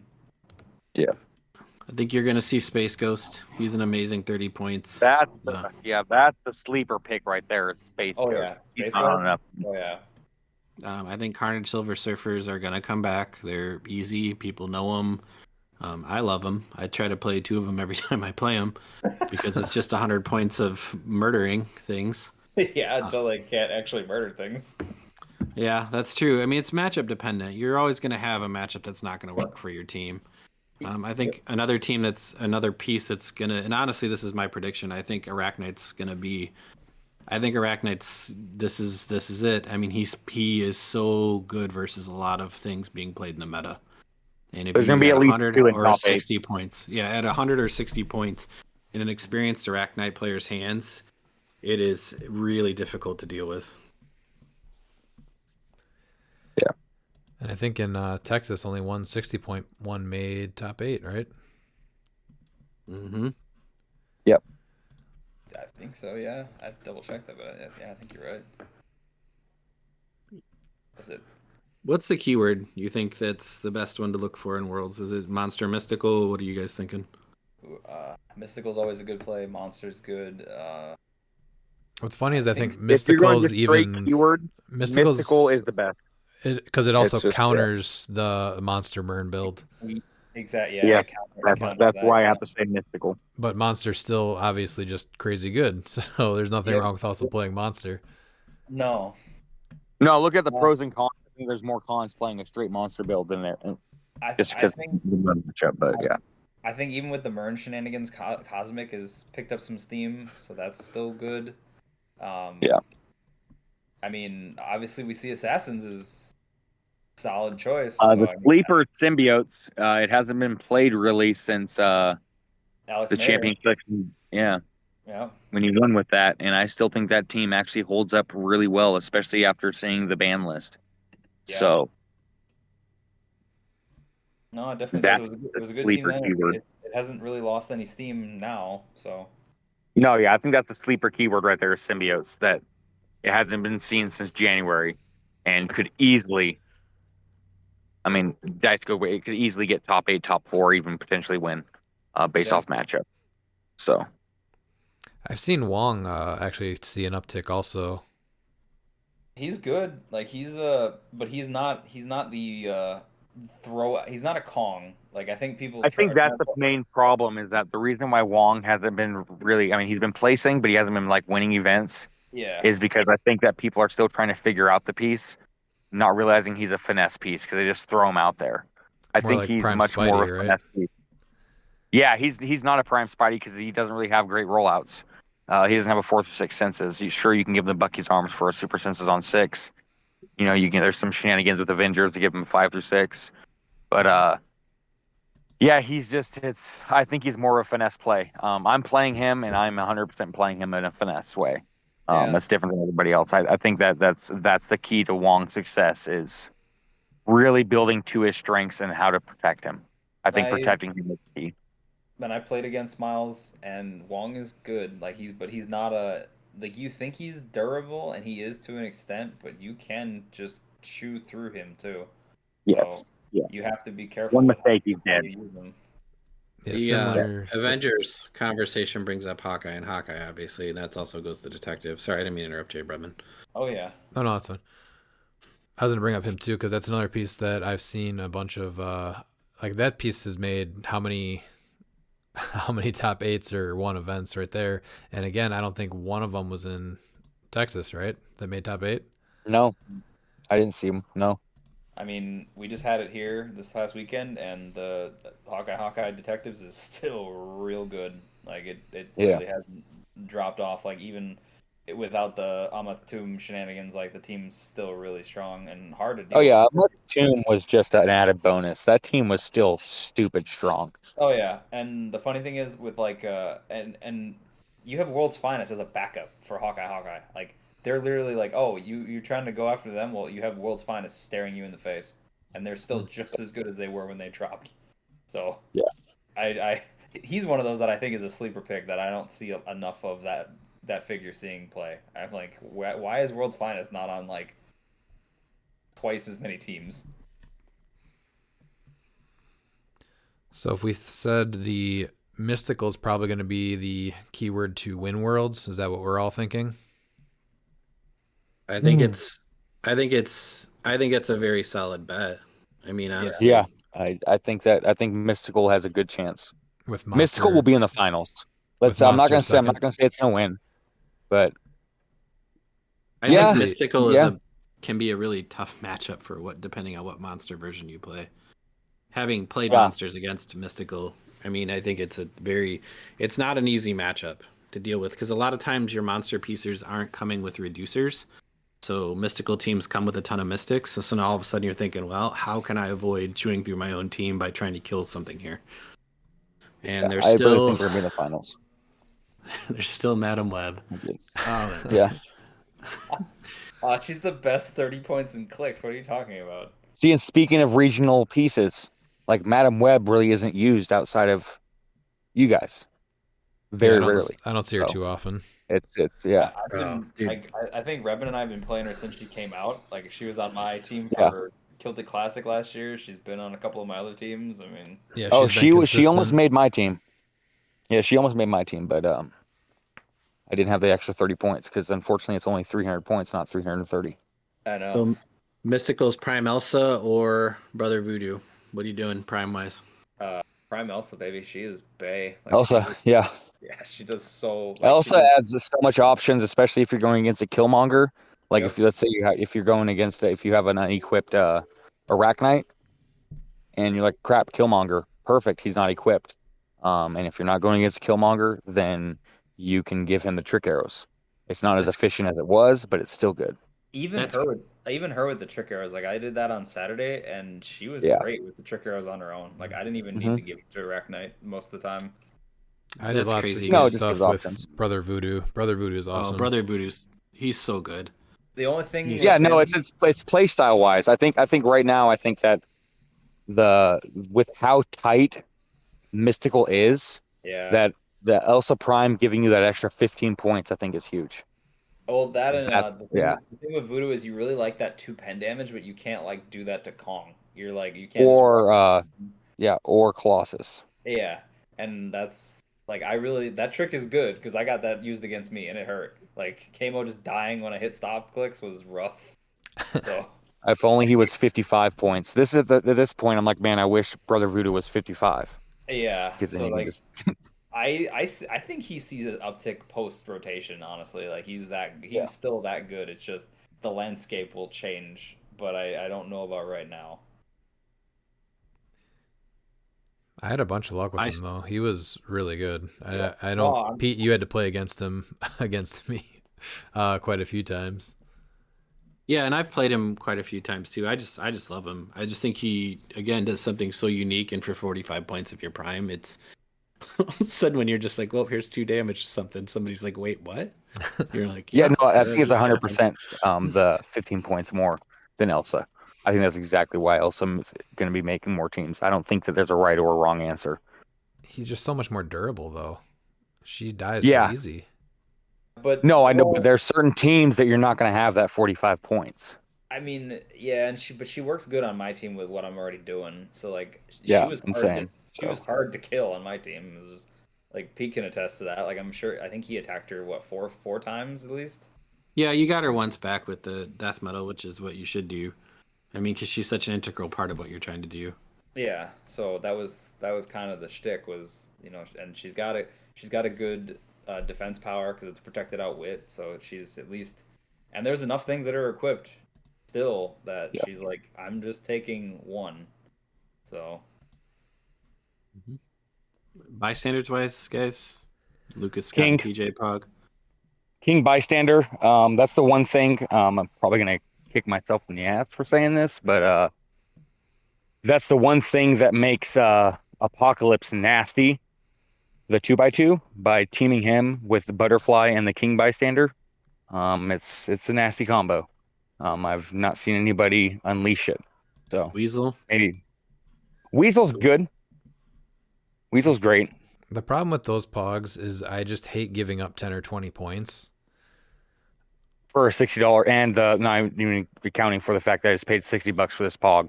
yeah, Well, so that's a whole nother conversation. I mean, honestly, should those pogs Yeah. even be legal? Because they're I don't think so. more limited than the bunker map. They did Yeah. not get out. No, I don't. Those OP things, Yeah, I they've been don't. given out to like some prizes for some events, but beyond that, like they did not get out to stores yet for like their chase booster events. Yeah, I don't. If we were talking about like people that are, but see, then that whole entire conversation is well, overseas doesn't have this piece and this piece, but I think overseas it's still easier to get cases and stuff from over here than it is to get those chase boosters. So, absolutely, yeah, I'm still on the fence on whether those pogs should be even legal based off of their argument as is with certain other game elements. Spirit of the game's still legal, right? Yes. For 2 Yeah, more so weeks. somebody's looking for an extra. Somebody's looking for No, an extra Spirit of the action. game. Yeah, Spirit of the game is not rotating. Oh, it's not? No, illegal. it came out after Scott Porter Pog, and the Scott Porter Pog is rotating. Oh, okay. The 4-point Yeah, Crampton Pog does a lot too on their 8 team. yeah, yeah.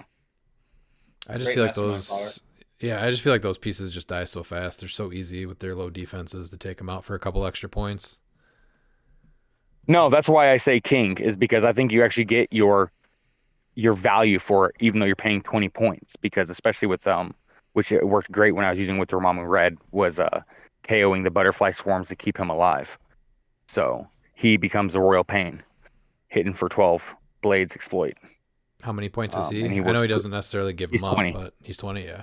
He's 20 point. Yeah, he's 20. But like, so if you put him with the APOC, and he also has, so APOC has Mastermind from 8, and then when he would be KO'd, you instead KO another bystander within range, and he has 3 range. So it essentially gives Apocalypse with the butterfly bystanders an 11 range Mastermind, and I think it's totally worth 120 points because you don't want to KO your 5-point your 5-point Pogs. The whole entire point of Apocalypse was to give up 0 points. Right. Yeah, And paying the extra 20 points is definitely worth it.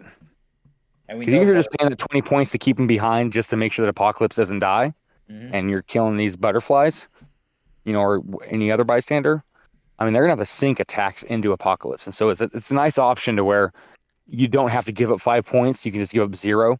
And so if you have 2 butterflies, you're okay. There's 2 attacks. And if they get that 3rd attack in, which will usually be the last action of their turn, sometimes they get 4 attacks in. But, on the whole, it's usually about 2 or 3. Then you can give up 5 points, and it doesn't feel as bad because you only gave up 5 instead of 15. The And 4 then the next turn, you attacks. make Yeah. another butterfly. Mm-hmm. Yeah, so, and yeah, like I said, I'm probably going to kick myself in the ass by letting that out there. But, I'm just, yeah.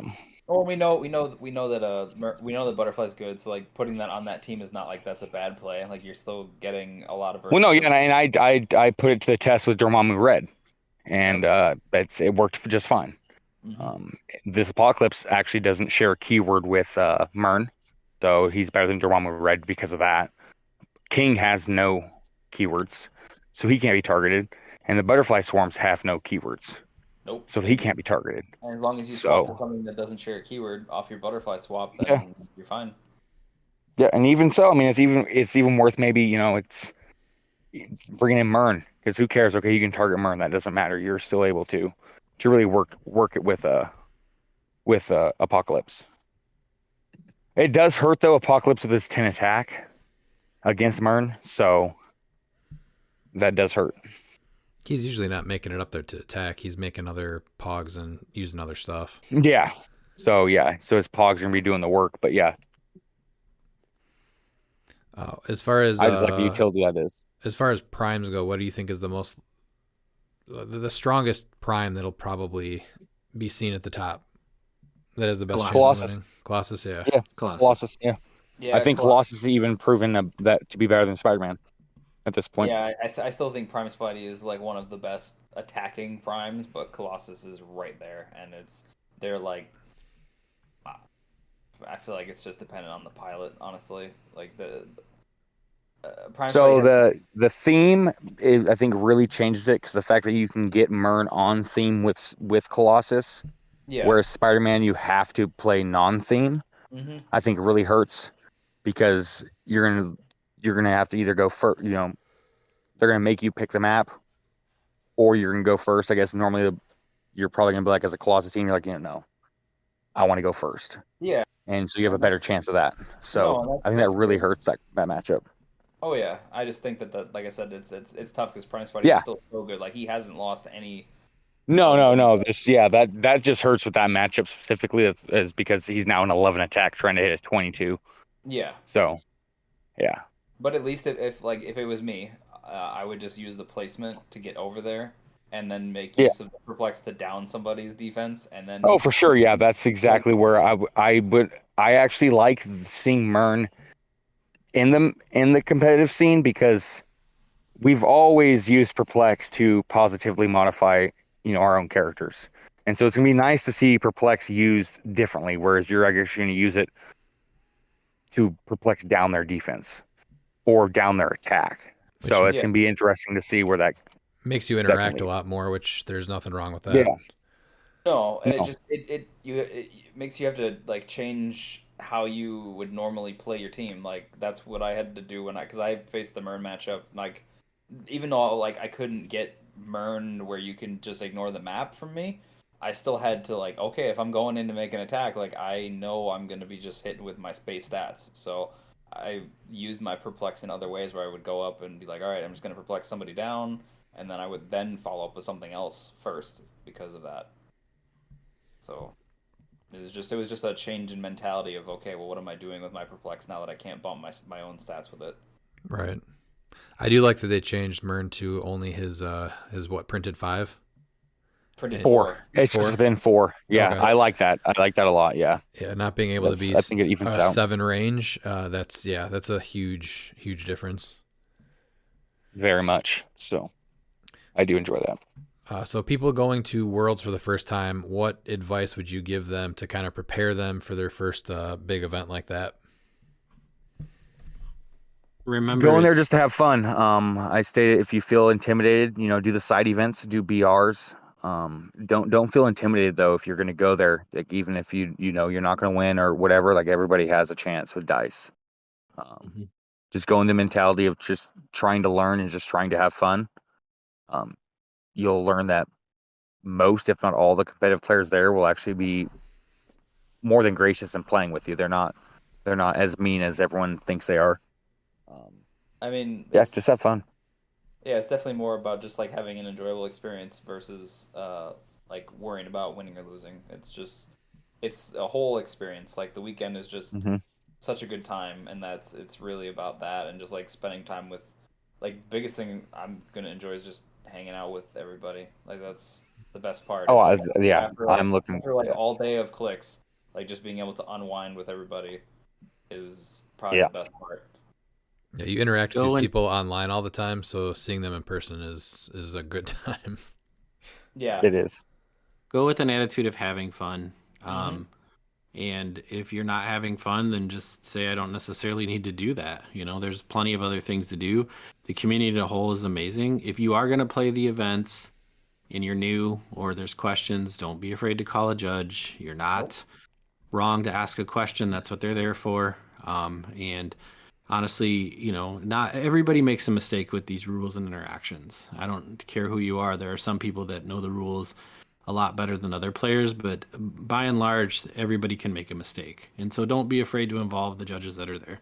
No, and the judge staff is great. Like they're very accommodating as far as like they'll get to you fast, they'll get you an answer. Like they're very good about it.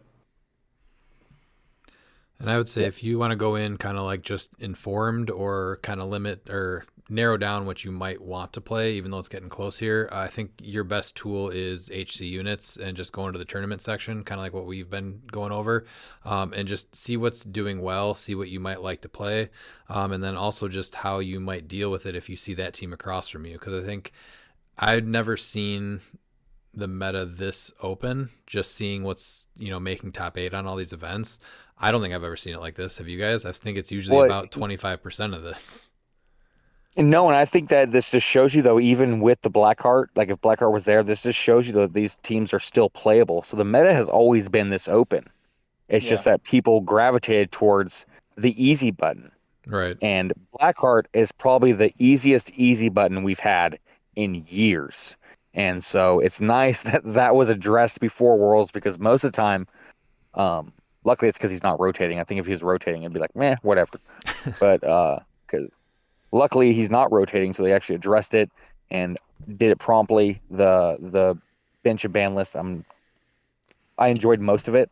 But yeah, this just shows you that the meta has always been there, and this is just making people like think a little bit more outside of their box. Not Not being all the able way to French, but yeah, it's not there, yeah, and not it's always been having there. So not having to just fall back on like the easiest, crutch piece to play or yeah, something like that. exactly, yeah, yeah, I because that's mean, the easiest thing to do. So I'm just in glad that they're not doing that.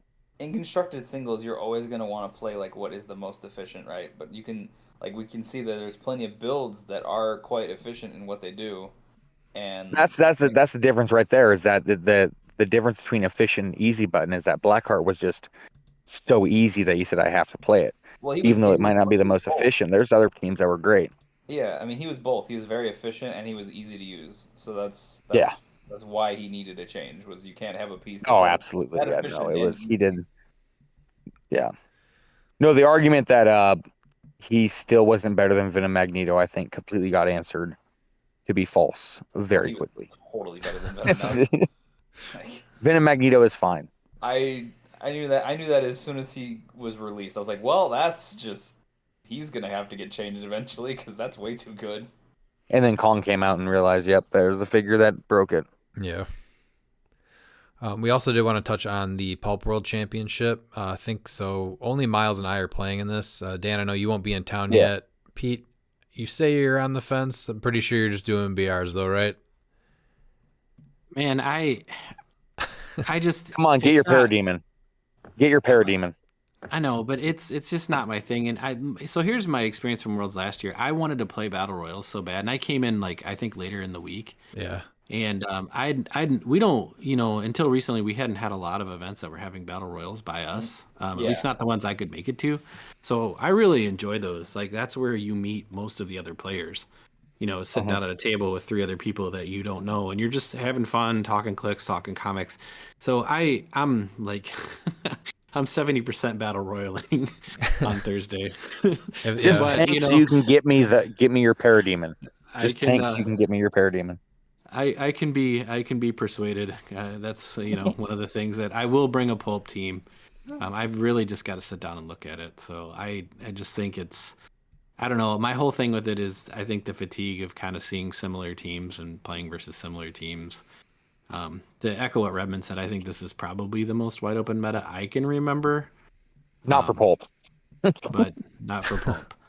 No, So plus, not at all. Yeah. I mean, dude, 200-point giant dinosaurs punching each other on a small map. Oh, for sure. Yeah, no. I'm right there with you. I'm just doing it because I want the Parademon. I got you. See, my thing is like I would play Pulp if I was gonna make it down there and actually be like available for it, right? But I'm definitely not gonna play like the like straight whatever the hard meta team is right now. Yeah, not at all. No, I don't even know what that is, to be honest with you. That's the problem. Is I there's have a no piece that I've always been wanting to play. He's not great, but I'm gonna play him. I'm bringing Baramoto, so I'm not going in expecting to win or even do good. I just want to play Baramoto one time before he rotates. I mean, I kind of figure why seeing not? too that some of the, unless I misunderstood what we went over earlier, that Masters of Time isn't going to be the consistent battle royal set the whole time. So it's Like, one or there's two One a or day. two is for They're gonna Yeah. fire every 90 minutes, and then 1 or 2 a day is gonna be firing as Deadpool Weapon X. Which and I honestly, think they're it's doing fun. that to make it last longer because the last day was the last 2 Yeah. days was just X of Swords because they ran out of Yes. Notorious. Yep. and that sucks. So I'm all for that. It's a Even good if they idea. did like 3 or 4, if they did 3 or 4 a day, I'm totally fine with that because there's still pieces in there that are good, and that's fine as long as if it allows us to get massive time longer because there's going to be competitive players that are playing and doing good in events, and by the time that their events are done and they finally have time for battle royals, it's like, oh, the new set's gone. Yeah, it's a So big deal. the more opportunities for Masters of Time, the better. And if that means that some players have to play Deadpool and Weapon X, then so be it. And the other thing too for me, it just gets to be the mental fatigue. I know that sounds crazy, right? Like it's a game, it's fun, but at some point, 100%. like I get to the end of the day and I'm like, yeah, I just need to go find something else to do. There's so much mental fatigue. Oh yeah, Yeah. definitely. Like between because I'm signed up for team sealed and singles, so between those 2 days, like those can be long days. That's why I'm almost tempted. Like, I mean, I do want to do Pulp just because for the Parademon, but that's exactly what I'm thinking because Field's going to be, that's going to be a fun day. But like Worlds, like I put a lot of like thought into my team. My team's not just your run of the mill. It's going to take a lot of mental like fortitude to get through and remember because it's not just one of those point and click teams. So like I'm going to try and get as much rest as I can leading up to that because I want to do good. Now, circling back to Pulp, Necron and Mr. Sinister from X of Swords, they're both banned, right? Yes. Yep. And then Blackheart has been unbanned, but he has his new erratas, obviously. Is that Yeah. it? He's pretty terrible. Yes. Yep, that's it. Because All right. Doctor Strange from Avengers 60th was on the watch list, That's right. but they kept him. So, Dan, if you were going to be there, what would you play? What pieces would you want to make work or full theme team? 200-point Moon Knight all the way, baby. Like, just give me that. Okay. I mean, he's cosmic and mystics and hard to kill. Like, that's a good start for me. Like, Pulp, I want to run something simple that I know I know how to play, and that is a piece I know how to play. So, would you go on theme to strengthen the build or try to stay themed? I think there's enough in mystical still in Pulp that you can make that work. So, like, I'm okay with playing theme. And what do you think is the strongest keyword going into it? Ooh, I'm gonna go soldier. I think is the strongest keyword in Pulp right now. Okay. Yeah, I have to agree there. Pete, what about you? What would you play if you do end up playing it or would play it? I would look either between Soldier to get Blue Marvel and Falcon. I mean, I think that's a solid start to any team. And Soldier's got a lot of other good stuff. I think honestly, Soldier gets even better in Pulp after rotation. I was gonna say, don't forget Red Widow too. She's also your soldier, Yeah. but she can easily go up there and chop stuff away. Or, I mean, honestly, I'm just as likely to throw a 200-point piece on the board and say, let's fight. Black Adam would get a look from me. Moon Knight would get a look from me. But that's like I said, I'm more likely gonna battle royal for the first day, and cheer you guys on, and hope Miles gets all the parademons. Yes, right next to my star fights. Miles, is there anything that you want to share with your team as far as keywords or anything? Right now so I'm leaning towards mystical to try and get Dracula and Verusa together. Thank you, Mr. Aaron, Uncle Aaron, for that idea. If I don't go that route, there's always the tried and true detective that was able to win me the 2v2 last year. So I still know that team from front and back, so I might end up just going with that. Because Misty Knight making Blue Marvel a detective is great, and I think Martian Manhunter at 75 points is underrated in Pulp. He and the Beyond Amazing Moon Knight for 35 points. Those two figures just were able to shut down so many pieces that I really think detective is one of those keywords in Pulp that does not see enough play. I know a lot of top players, a lot of people think that the theme is something you don't want to do, but I think Pulp actually theme is able to synergize a lot better than what people are giving it credit for, and so everyone is gravitating towards non-theme. So that's why it feels like non-theme's what you want to do. Oh, I think the Moon Knight for third. Like, I love that piece when it came out. Being able to take away stealth and willpower is amazing. Oh yeah, no, and then you have him with the Manhunter, who's able to also shut down free actions. Oh yeah, It's stupid because once you shut off that stealth and willpower, now Martian Manhunter can target them. So then now they don't get free actions. yeah, exactly. Yeah. What do you think? Which also includes running shot and pulse wave. What do you think is the strongest keyword going into Pulp Worlds? I can't disagree with Soldier. I mean, you're talking Deathstroke, you're talking Blue Marvel, you got Moon Knight, Falcon, Red Widow. Red Widow. And then obviously Yeah.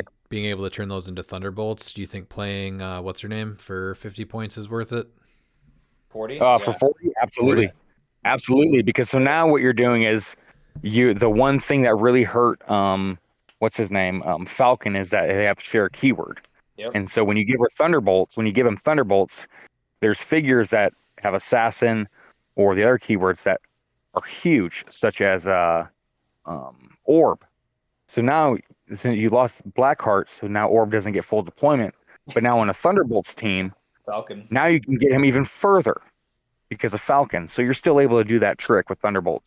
And Right. she can prob from anywhere on the map with someone that has a Thunderbolts keyword.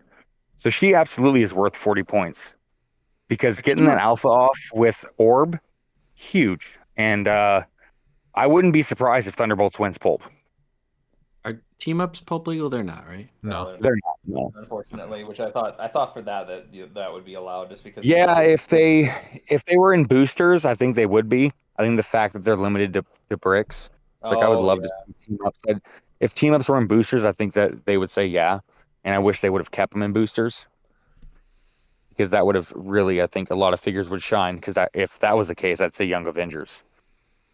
And Miles has already got me looking at Pulp teams. Damn it, Miles. Yeah. I think I'm looking at Assassin right now. I know we talk about we just talked about the Thunderbolts and all that, but the extra 40 points, I just don't like it, even though I've seen people do really neat things and make really cool teams with that. I just don't like adding 40 points just to make it a theme just for that one trick.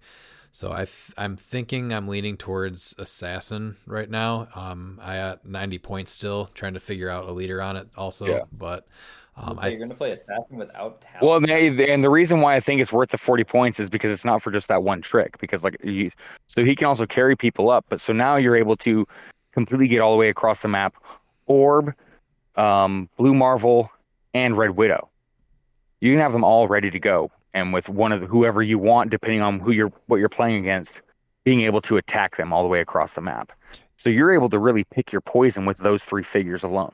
Yeah. On who you're going to attack with on your alpha. And that's why I think the 40 points is completely worth it. Yeah, it also gives you prob, which prob's hard to get, but yeah. I don't fault anyone for playing that team at all. Like, I think it might even be the best team to play for sure. It just isn't my play style, so I would rather exactly. go... Yeah, and that's something I think that people need to look at too. Is that when they see a play style and they go, well, why don't you do that?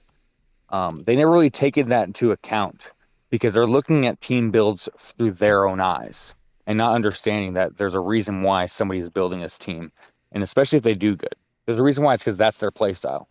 If you're one of those aggressive players, stick to that. Don't go if you see a build you like. Don't try and change your style. That's a perfect example. Yeah. Miles.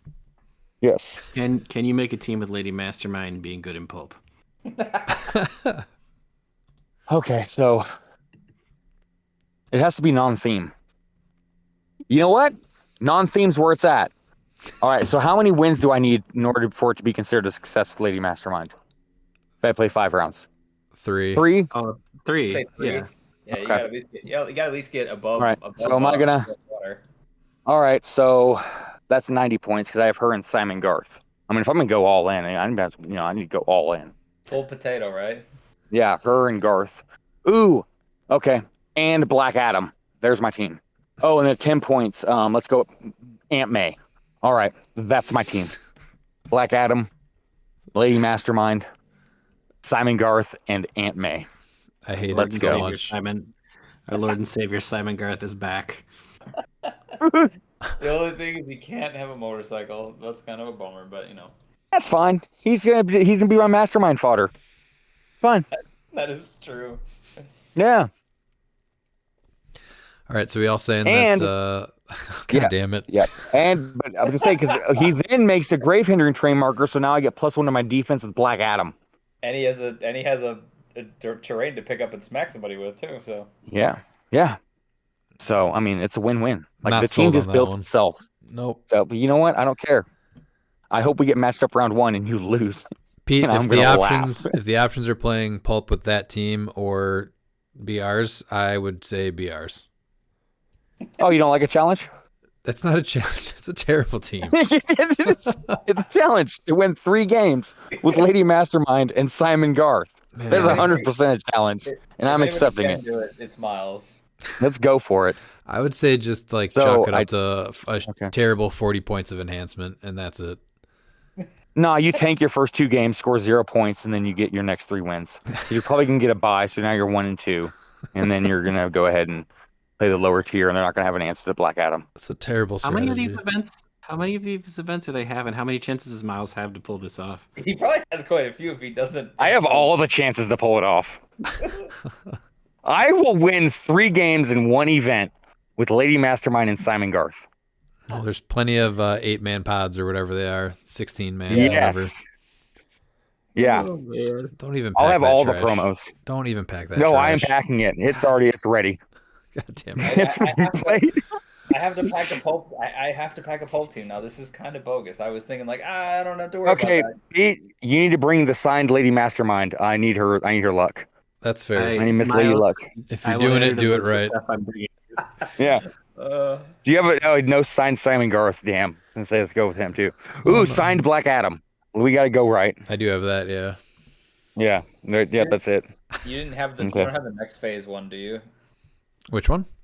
The next phase set that he pulled, because I don't think he pulled the Rare Moon Knight when he I pulled don't next phase. Did he? think he did a next phase one. Oh, he didn't. That's That No. was right. the one that Yeah, he didn't get to. yeah. So you're right. I'm not packing it. You're gonna pack it because I'm gonna have the signed ones. Oh, you're going to be packing people with that team. Right Yes. up into a coffin I'm and playing sending that. them home. Yeah. 3 and Wait. 2. Would it not be in the grave, not the coffin, right? Yeah, that too. All right, Yeah. so Oh, it's being played. we're gonna cycle back to the Pulp World Championship. What is the strongest theme going into that? Are we all saying Thunderbolts? Soldier. Like Thunderbolts, yeah, yes. with Soldier as Yeah. a backup, just because we might not see people. Yeah, I say Thunderbolts because it's assassin, Spy. soldier, and spy. Yeah. So you're able to theme. I mean, Falcon with Orb, Red Widow, Blue Marvel, and Deathstroke. All right, so we are going with Thunderbolts. All right, we also had some listener questions. Your ass better call somebody! First is Wes Robertson. What is the map-wide Alpha Strike going to look like with the addition of Per Degaton to disrupt starting positions? I mean, certain builds aren't really going to change. Like, I mean, yeah, you have to move some stuff around, but I mean, Pertegenton is good. Don't get me wrong. Like, well, sorry, he's amazing for 20 points, but I don't know if that's going to change like certain builds where all you have to do is like slightly reposition your TK, and you're off to the races. I know people already try to go for that map-wide Alpha Strike, and that's always a goal, but isn't it getting extremely hard with the stuff that's going to be rotating out? I mean, like No, guess, like- it's the map changes and Traffic Barrel are going to stop it. If WizKids is holding true to their word, we're getting the bunker back. That's going to hurt a little bit, but there is ways to get to really not worry about Per Degaton realistically. So yeah, like I mean, I'm looking at Kamo post rotation, and he doesn't care about Perdegaton. Like Yeah. I'm still getting full board with him by yeah, himself. even without that trick, Per Degaton is still the most efficient 20 points in the game yeah, post rotation. yeah, he's a And great piece. if you're banking on that to disrupt your opponent, I wouldn't. It's just a bonus. It's a nice little extra. Yeah. It's a Yeah. bonus. I mean, he's a TK. He's your, Prob. or you can make him outwit, but yeah, he's got your prob. He's got your leadership. So that's what you want to use him for.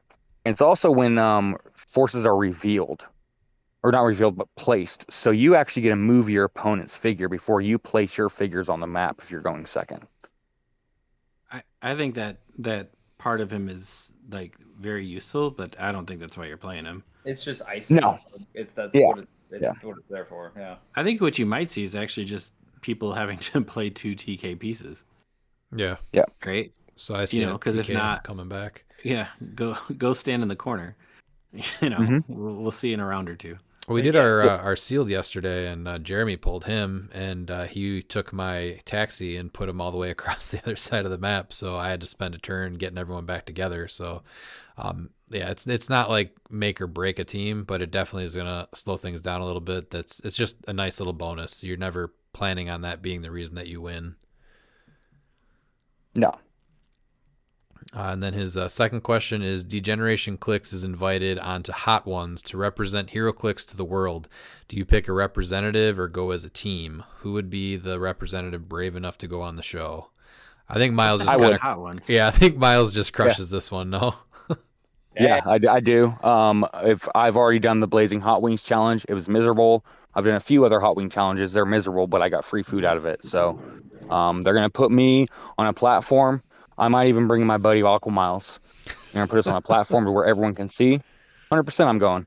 I was gonna Oh, is say, this the thing where you eat hot wings and talk? yeah. Oh, yeah, we're going as a team. Yeah, I was We're like, going as a team. what do you mean? We're Yeah, like, you're yeah, not there's just sending that, a yeah. representative. Like, I'm going. Like, I'm not even like Miles ain't going alone. Like, We're all going to be sitting there, runny noses, trying not to cry, feeling terrible. But we're doing it as Oh, a I'm squad. absolutely doing That's it to cry. fair. I'm all in. Yeah. And then Jonathan Spencer asked, what are some of the better modern maps? Is it too soon to bring up the bunker again? Sorry. Yeah, so that is modern. It's just not legal at Worlds.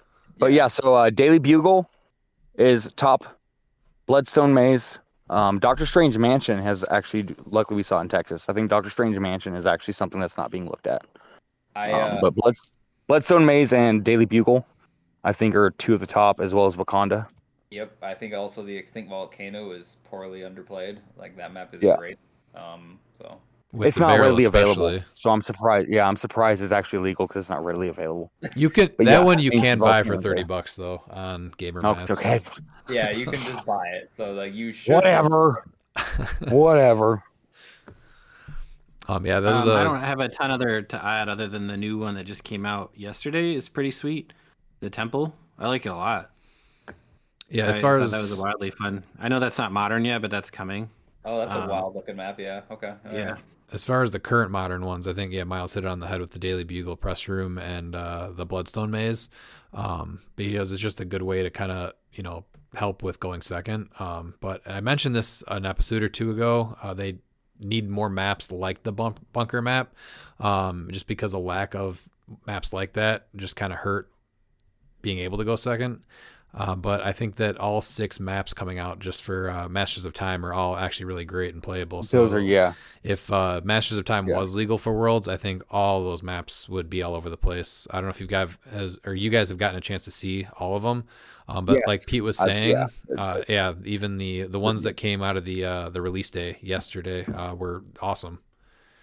So I can see the release day is getting usually play. the best of the best. And that's the reason why with the bunker being banned for Worlds, that's actually why I went to Doctor Strange Mansion. So it has almost the identical feel of it. The only difference is there's no walls on the elevated, and you can really tinker with that with your own terrain. So it's not as great because of no walls, but it has almost the exact same layout. I mean, it's a great Kong map because he does pen damage all the time now because he's on elevated. So yeah. I've had it on my build sheets before, but I just never go to it because it's usually Daily Bugle press room. But I mean, all that did was make people that had the bunker go to Daily Bugle. So I have been messing with the Doctor Strange Mansions just because of that, what you just said. Everybody is practicing if they're going first, that they're going to be being put on the Daily Bugle. And if you are able to practice going second and choosing that map, a lot of people haven't really played on that map, so it's going to change things up for them. Whereas you're going to be familiar with that map compared to them already practicing on a map that, whatever. Oh, you're putting me on Bloodstone, you're putting me on this.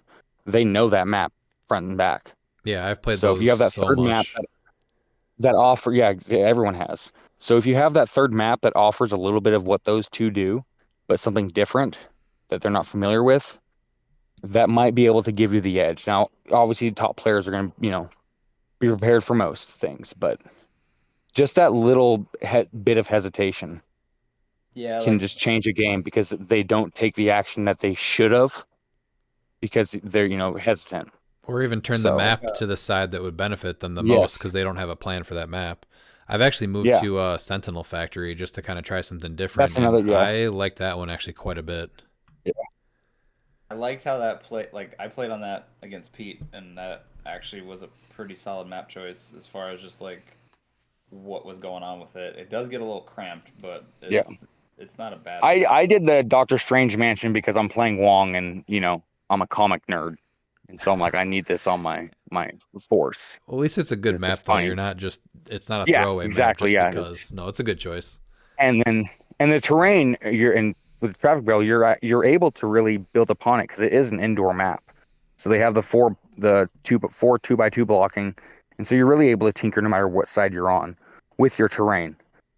So the I guess it's kind of off topic, but the what is it? The Haunted Mansion coming out of Masters of Time.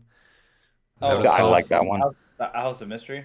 Yeah, House of Mystery. Yes. Yeah, it's pretty close, I think, to the mansion. But it's even a little bit better just because there's a little bit of outdoor space and a couple more walls. So, yeah, all 6 maps, honestly, out of Masters of Time, definitely try to get those because they're all playable. Yeah, I think my three map choices right now are the Extinct Volcano, Daily Bugle, and then Wakanda. And Wakanda is mainly because most of my team is stealth, so it works very well for me. Just because I'm hard to shoot at. So even if it is an outdoor map, it works well. So Yeah, that's not bad then.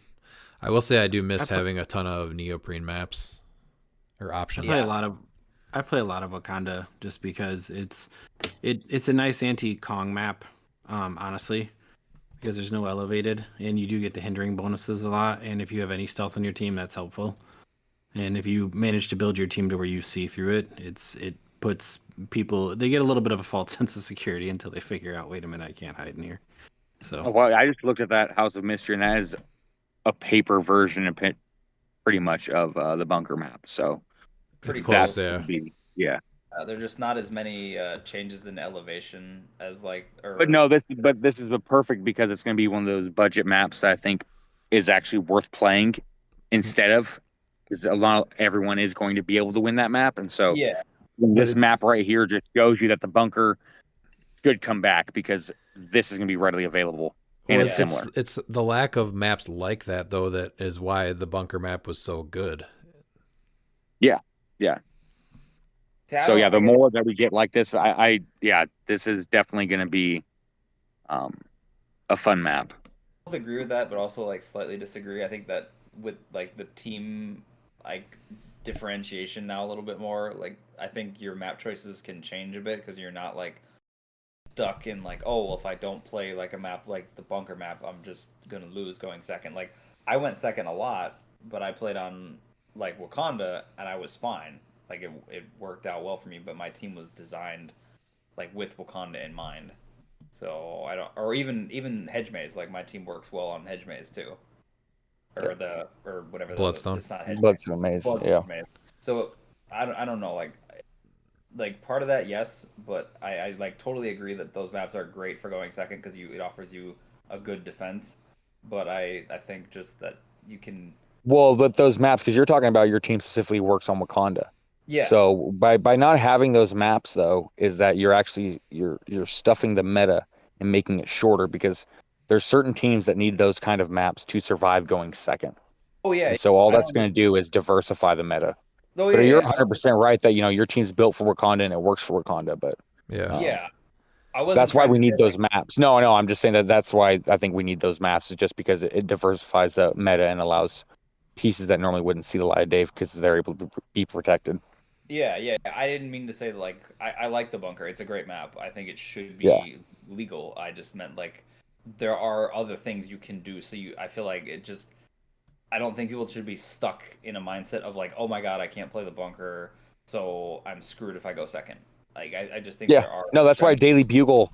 It's funny because Daily Bugle really wasn't played before the bunker, and then Hmm. the bunker was played, and now that there was no bunker, everybody moved to the Bugle, and the Bugle has been here since last year. Yeah, So early last year too. It wasn't even yeah, just like it was like beginning of the year. yeah. Next, we have Illuminati. How does it feel to be in the presence of a genius such as Aquamiles every week? Do you keep him on the West Coast because you know you couldn't handle his unending power?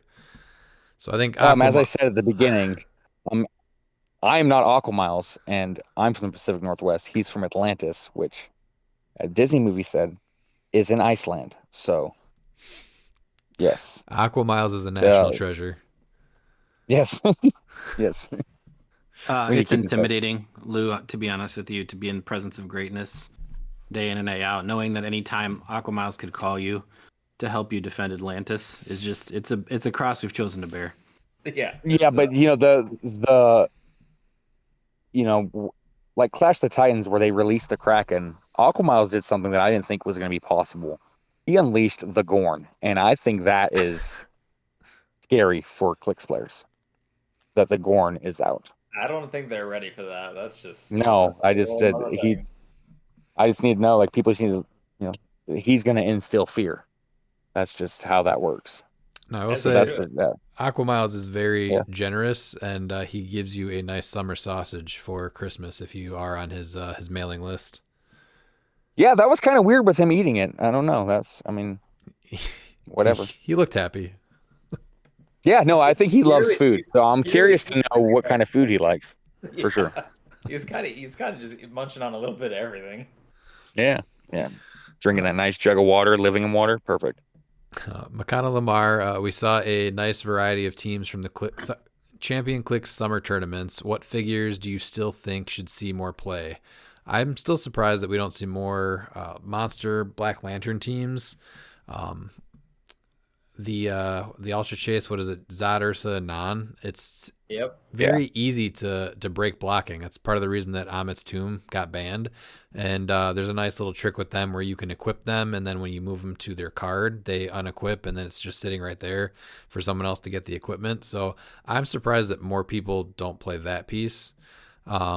Another Especially with how easy it is to get them out, and you can like that was the funny thing was like I thought that they would see a uptick if Amit's Tomb did not get banned because you could just pop them out in the opposing starting area basically and be like, "Hi, here's my 70-point piece that has 3 stop clicks," and they're a very good attacker for 70 points. Yeah, I they're think it's great for because niche 70. because you build around it and nobody is building around it. Instead, Yeah. and I think that's the problem is that Zodder Sanan is 100% playable, Eris but has it's on one of those no figures. Yeah, problem. it's one of those figures that you have to build around, and so that's your team.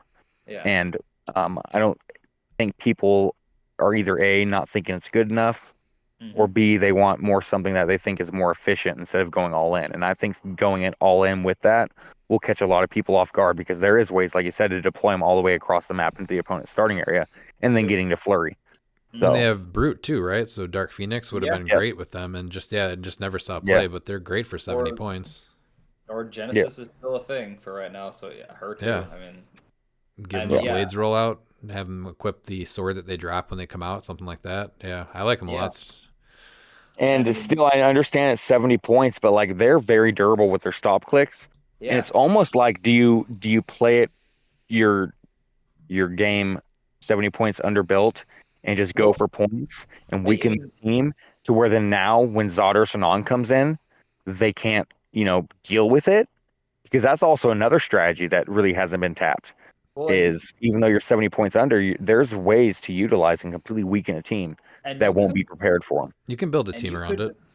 Yeah, and you could also just god them, and because they go to their card, so they get to keep the god when they come back. So you could like Amit them and then have them come back and still like if you're worried about them healing, because I don't know how much healing potential they have on their own. No, but that Amit is extremely good. So The Steel Energy with the flurry. Yeah. Yeah, exactly. Like a traded flurry piece that can pretty much go every turn.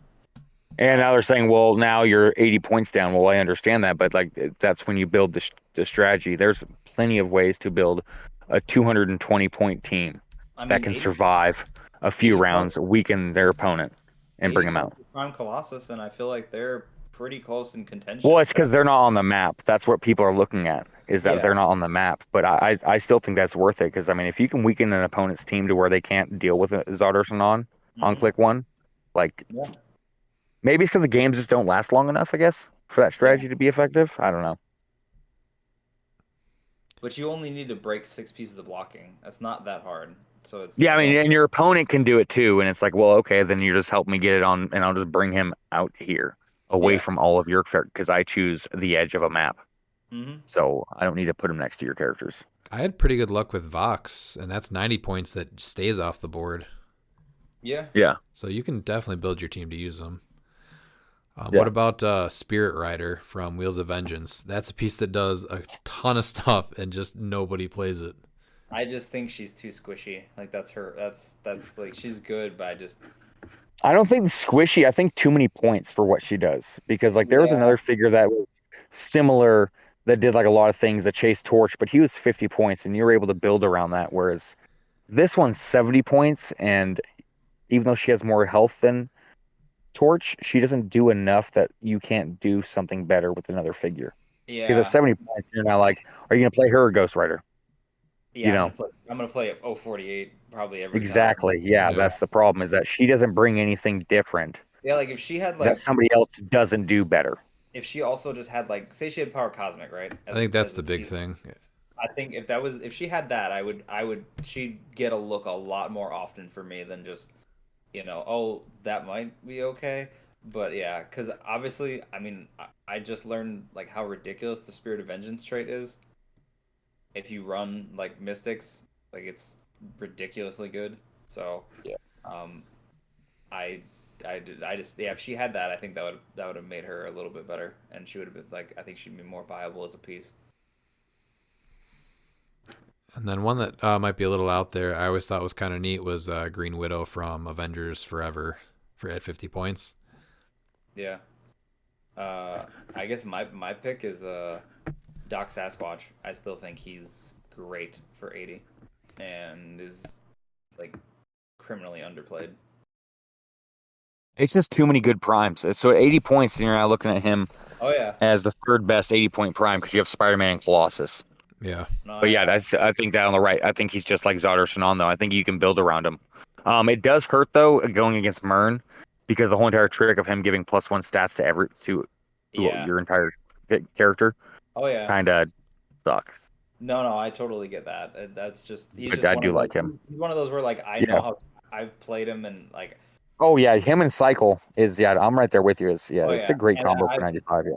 I've gotten the revive off like 3-4 times where I've got a bunch of die Yeah. on my card and I'm like, well, he's probably gonna die on this next go around, but I've got like 16 clicks on him. Yeah. Miles, is there any other ones that you would say? Donnie Blaze. I think that we've seen Kazar being played to replace Blackheart. I believe we also saw a Hush. And the one did? figure that does something similar that actually has a keyword with Blackheart is Donnie Blaze. Sure, it has a caveat of the demon, which I think you can work around. And then you also have they place it one square. But he also has sidestep and barrier plus shape change. So he has a rollout and he's able to also protect your team. And he also doesn't have the Mern keyword that Blackheart did. So in Right. some ways he's better than Blackheart. So yeah. Pete, do you have any pieces that you think should see more play that don't? The Weapon X chase, I think, is huge. I think that piece is just a phenomenal attacker. I think Yes, that seeing one Cut was an awesome. uptick, post rotation. And I think some of the Connellys, like honestly, I'm surprised King Arthur hasn't made a big splash. Like that piece is great. I saw him in Ohio a bunch. Yeah, he's hard to take down with the right equipment and the right rolls. Yeah, I love that piece. That piece is great. He's one of those that always gets a look when I'm building because it's just like 80 points for what he brings is quite a lot. Mark Bird asks, with Mogo confirmed for War of Light 2 set coming next year, do you think we'll see a 2x4 base for him or a 2x2? What abilities do you expect to see with him, and how do you think Lantern keywords might also be utilized? I'm actually completely unfamiliar with him, but I do think they said that he's going to be a single base in the actual set. Yeah. But if they don't also make him as a map, I think, and then bring back map bonuses, I think that's a missed opportunity right there. No, that's exactly what you do. Is he has to be not in a booster. He has to be from a play-at-home kit that comes with a map that's tied to that figure as a single base. It should be tied. That's to what he is. Yeah, he should be. Yeah, that's what it is. It comes with that. All the bonuses come with that figure, and he only gets those bonuses on that map if you win. Yeah, and then there's I think there's a lot of ways they can do it. He looked like a giant like billiard ball. Yeah, that's what. So the best thing I can do is I think it's Emerald Knights. So there's a comic called Mogo Doesn't Socialize, and so the entire story is about this guy that goes to planet trying to conquer things, and he lands on this planet, and the planet's attacking him. And he's like, "What the hell?" And he's trying to destroy it, and that's when you realize that it's a Green Lantern. And then after Oo was destroyed, that's where all the rings went to, and so he became like the Green Lantern planet. Yeah, there's a Green Lantern animated movie that just like has different shorts. It's Emerald Knights or something. Yeah, and it is that. Yeah, and it has Hal Jordan telling the story of Mogo. 100% recommend watching it. That's all you need to know about Mogo. He's just a planet that has the Green Lantern powers. So like if you have a map that's tied to him, that where he's able to attack from, or you know what, he could also do plant markers. I think that's a perfect way of, if you're not playing on the map, that he's able to attack through plant markers because it's as if he's that planet. That'd be So cool. every map would be representing him. I could dig that. I think I would want to see just map bonuses returned. I love map bonuses. There was 5 never points for something. Yeah, Again, I it's actually think a- that'd be a cool thing to return to. Yeah, it's an element that is on the board, like, because the map is part of the game. You know, it's like it's not just like Yeah, and that's why I wanted him to be tied to the map. I think that the map, I would like to see the map being good, but I want to see the map is actually better with Mogo. Like, you don't want to play that map without Mogo. And I want Mogo obviously to be good, especially as a single base. What I was hoping is that I didn't know it was a single base was that an entire booster is just Mogo. And so you just put him together. Oh my god. I figured he would be He's like just Galactus and be Mogo. like a summer OP prize. I know there's a big difference between like an island and a planet, but he's never been kind of like what Krakoa does, where it changes like forms and sizes and stuff over time. No, he's just a planet. No, always yeah, been a he's just planet. a planet. And Yeah. yeah, he's able to control the plant life and, like, create constructs and, like, talk through those on the planet and all that stuff. And he can't See, make but I like really an like- So that's why avatar plant or markers. anything like that. No, No. they never really, I guess, yeah, they haven't really ever.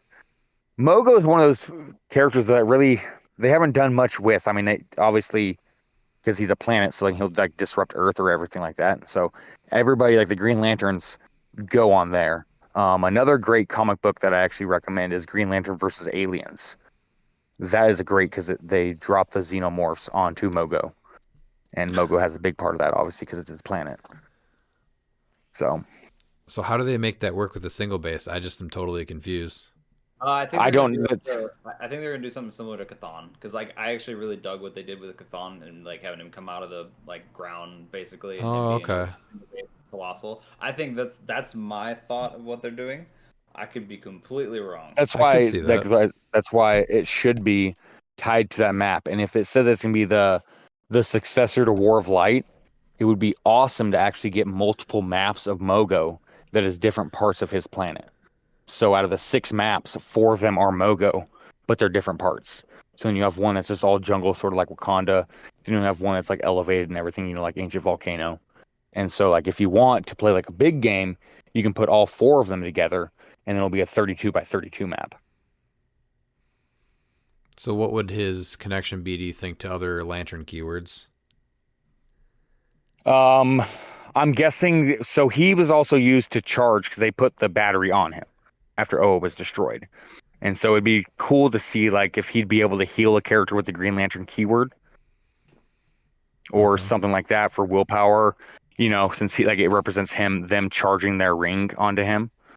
Since we're not realizing the constructs, it'd be cool that, if Mogo's on the map or whatever, they can generate a construct more than once. Or something if they like when they die, like he basically reclaims the ring, because you said Yeah. when the core got dispersed, all the rings went back to him. So that could be something neat where if someone with the Green Lantern keyword KOs, like he gets some kind of bonus as him basically like, well, the rings come back to me type of thing. All right. Yeah, there's a lot they can do with him. And then last is Anthony Barnstable. He asks, what would you play in Pulp Extreme Team Highlander? I know for me, it's when we're making these big trips and traveling with multiple family members, and I'm packing, 2 or 3, 4 teams for that many people, I would either try to play the same exact team that I'm playing for the Pulp World Championship, or I would just go with try to let them pick their teams first and then try to make something out of the best pieces that I could still make something out of. Well, that's what you kind of did for Champion Clix. Was you and Christine played very like similar teams? I feel like to your actual like modern teams for the 2v2. Yeah. So I'm actually thinking about doing the Extreme Highlander with 2 strangers, preferably people that aren't, great at the game, but they want to play, because I have Team Will Travel, and I'm going to bring Lady Mastermind, Aunt May, Simon Garth, and Well, I feel bad Black for Adam. anybody that teams up with you So- in that shit team. dang. you know what? I cannot wait for you to eat those words when I'm like, yeah, man.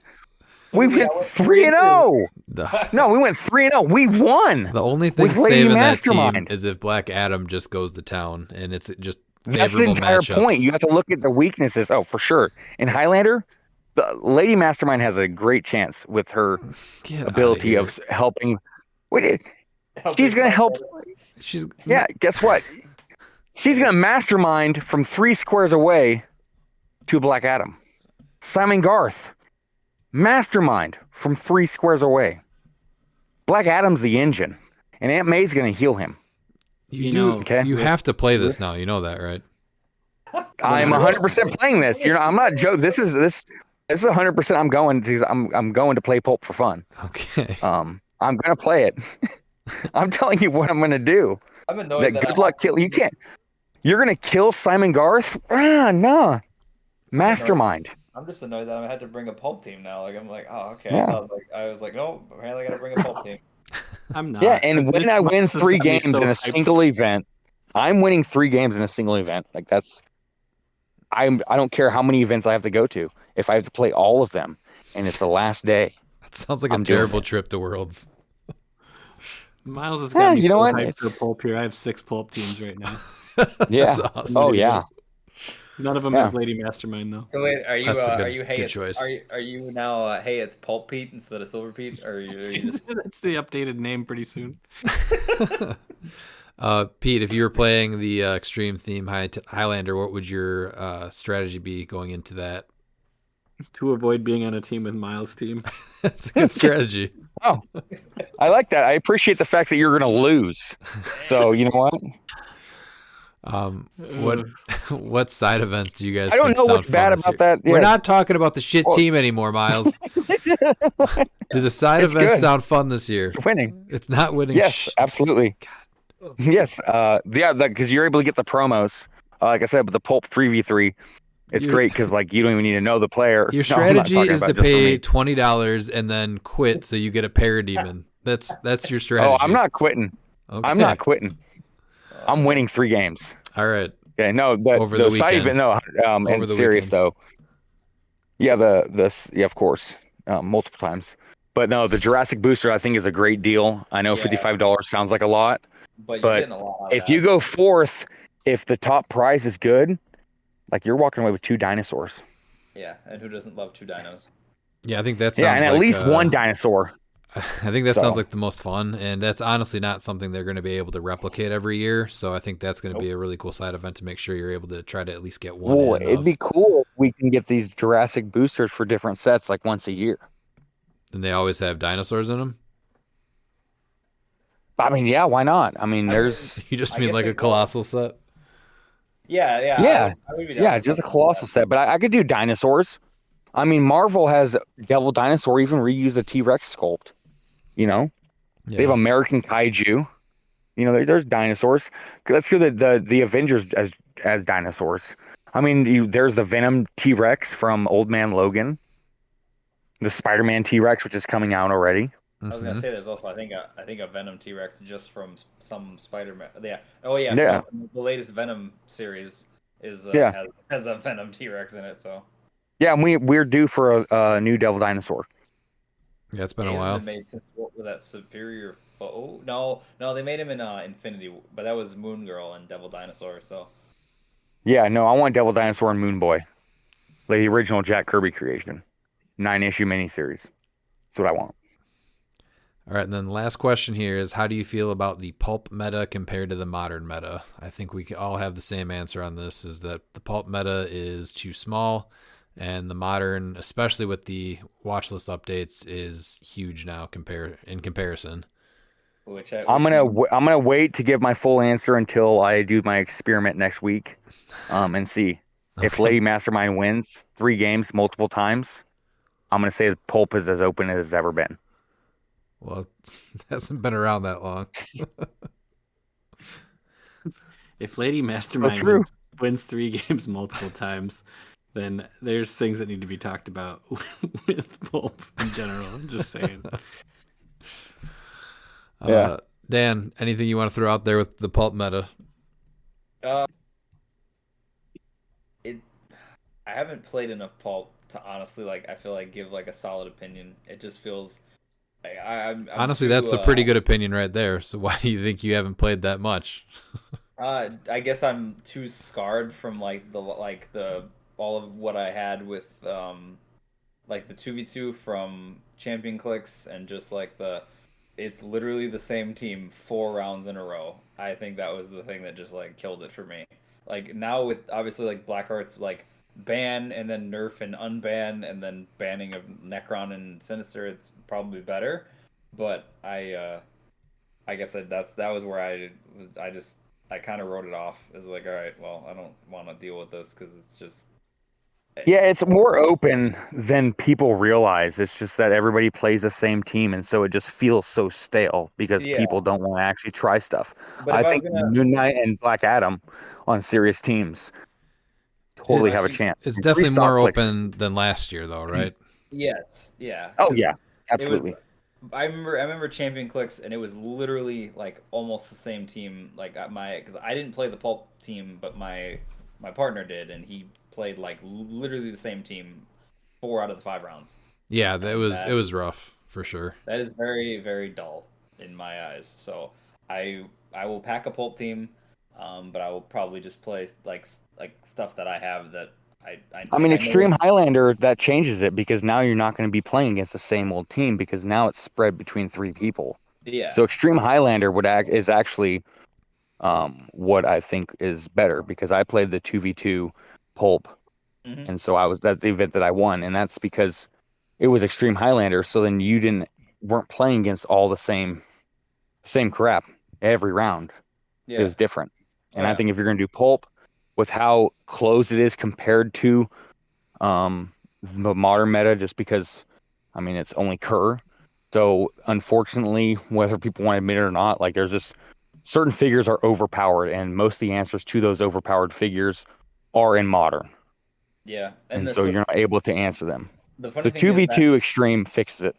the funny thing that means to me is that means that the Kerr should get better. Like they if they're gonna support Pulp as a They're form. working on it. I think they are. I mean, if you So, look at especially the 001s that have been coming out, especially since Notorious with the Lex Yeah. Luthor, I was Hmm. gonna say it's honestly, post rotation, with if they keep pumping out sets with a CUR similar to Masters of Time, I think it could definitely be in a better place. And they've shown that they're actively working on erratas and bannings in certain formats and stuff. I think that, in addition to just putting out better CURs, could see Yeah. this be a lot more healthy.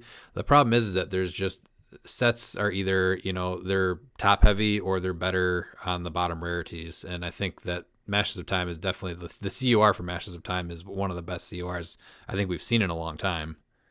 Yeah. rotation fixes it. If you look at all the major problem figures, Right, yeah. So post Blue rotation, Marvel, and if they keep Blue Marvel, Falcon, the those are gone. design, yeah, Those are So gone, and now we're looking at Wheels of Vengeance. Now all of a sudden, like even though Orb is great, there's no real way to deploy him, and so we're in that like lull position of them changing the curve for Pulp, but we have these overpowered figures that really weren't built for this format because this format didn't exist when they were created.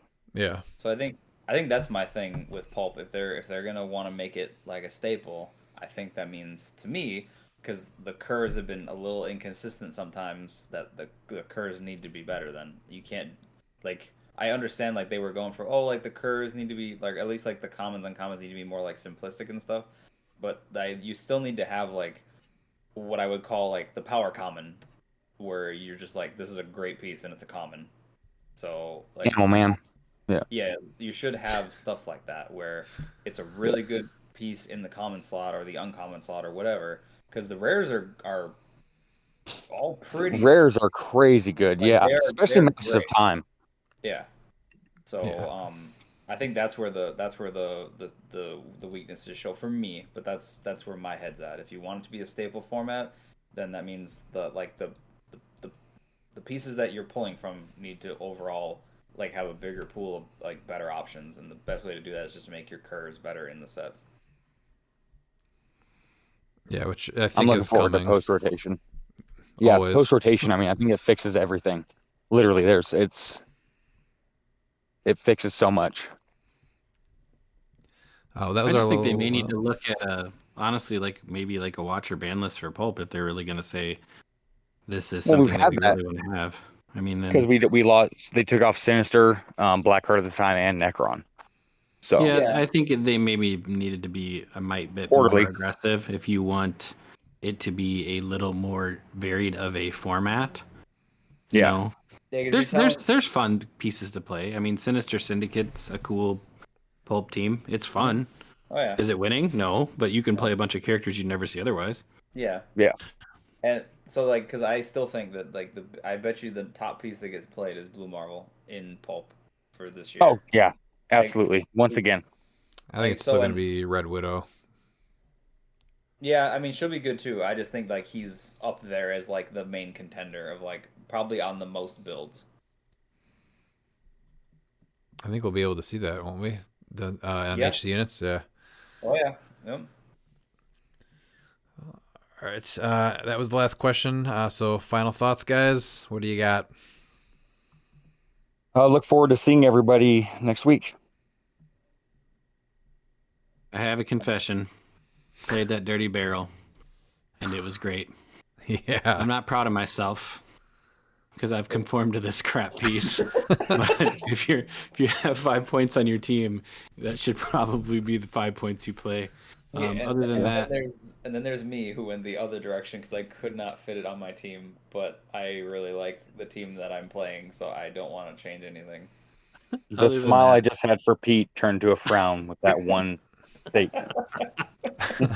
other than that, I'm looking very much forward to Worlds. I Yeah. even like to travel down, the travel back, just the time with friends, to get Yes. out of the normal grind of life to enjoy a hobby that we all are very passionate about. So that's my final thought. I'll be sad to miss road trip with Pete on the way down, but I'm excited to step off the plane and get back down there with everybody, and then we can travel back up. So Yeah, we're just so close to Worlds at this point. I can't wait to make the trip down there. Getting in the car at 6 a.m. I mean, in a week, you will basically be like, all right, good night. Let's get up early in the morning and go. So Yeah, true. Well, in 2 weeks time, I just can't wait to open up to Told You So with Lady Mastermind. That's what I'm looking forward to the most. Well, it's something that we Man. can mention if it actually happens. are we wanting to get like real ballsy and want to like put some money on this one? Because it was like are we a wager? I mean, am I putting money on? I'm putting a Parademon down. It's $20 right there. Yeah, that's $20. I was gonna say $20 is $20. $20 That's right. is $20, correct. All right, guys. Yeah. Thanks for listening. We got one more episode before Worlds, so check that out next week. We'll see you then. And if you're not down with that, we got 2 words for ya. Click it.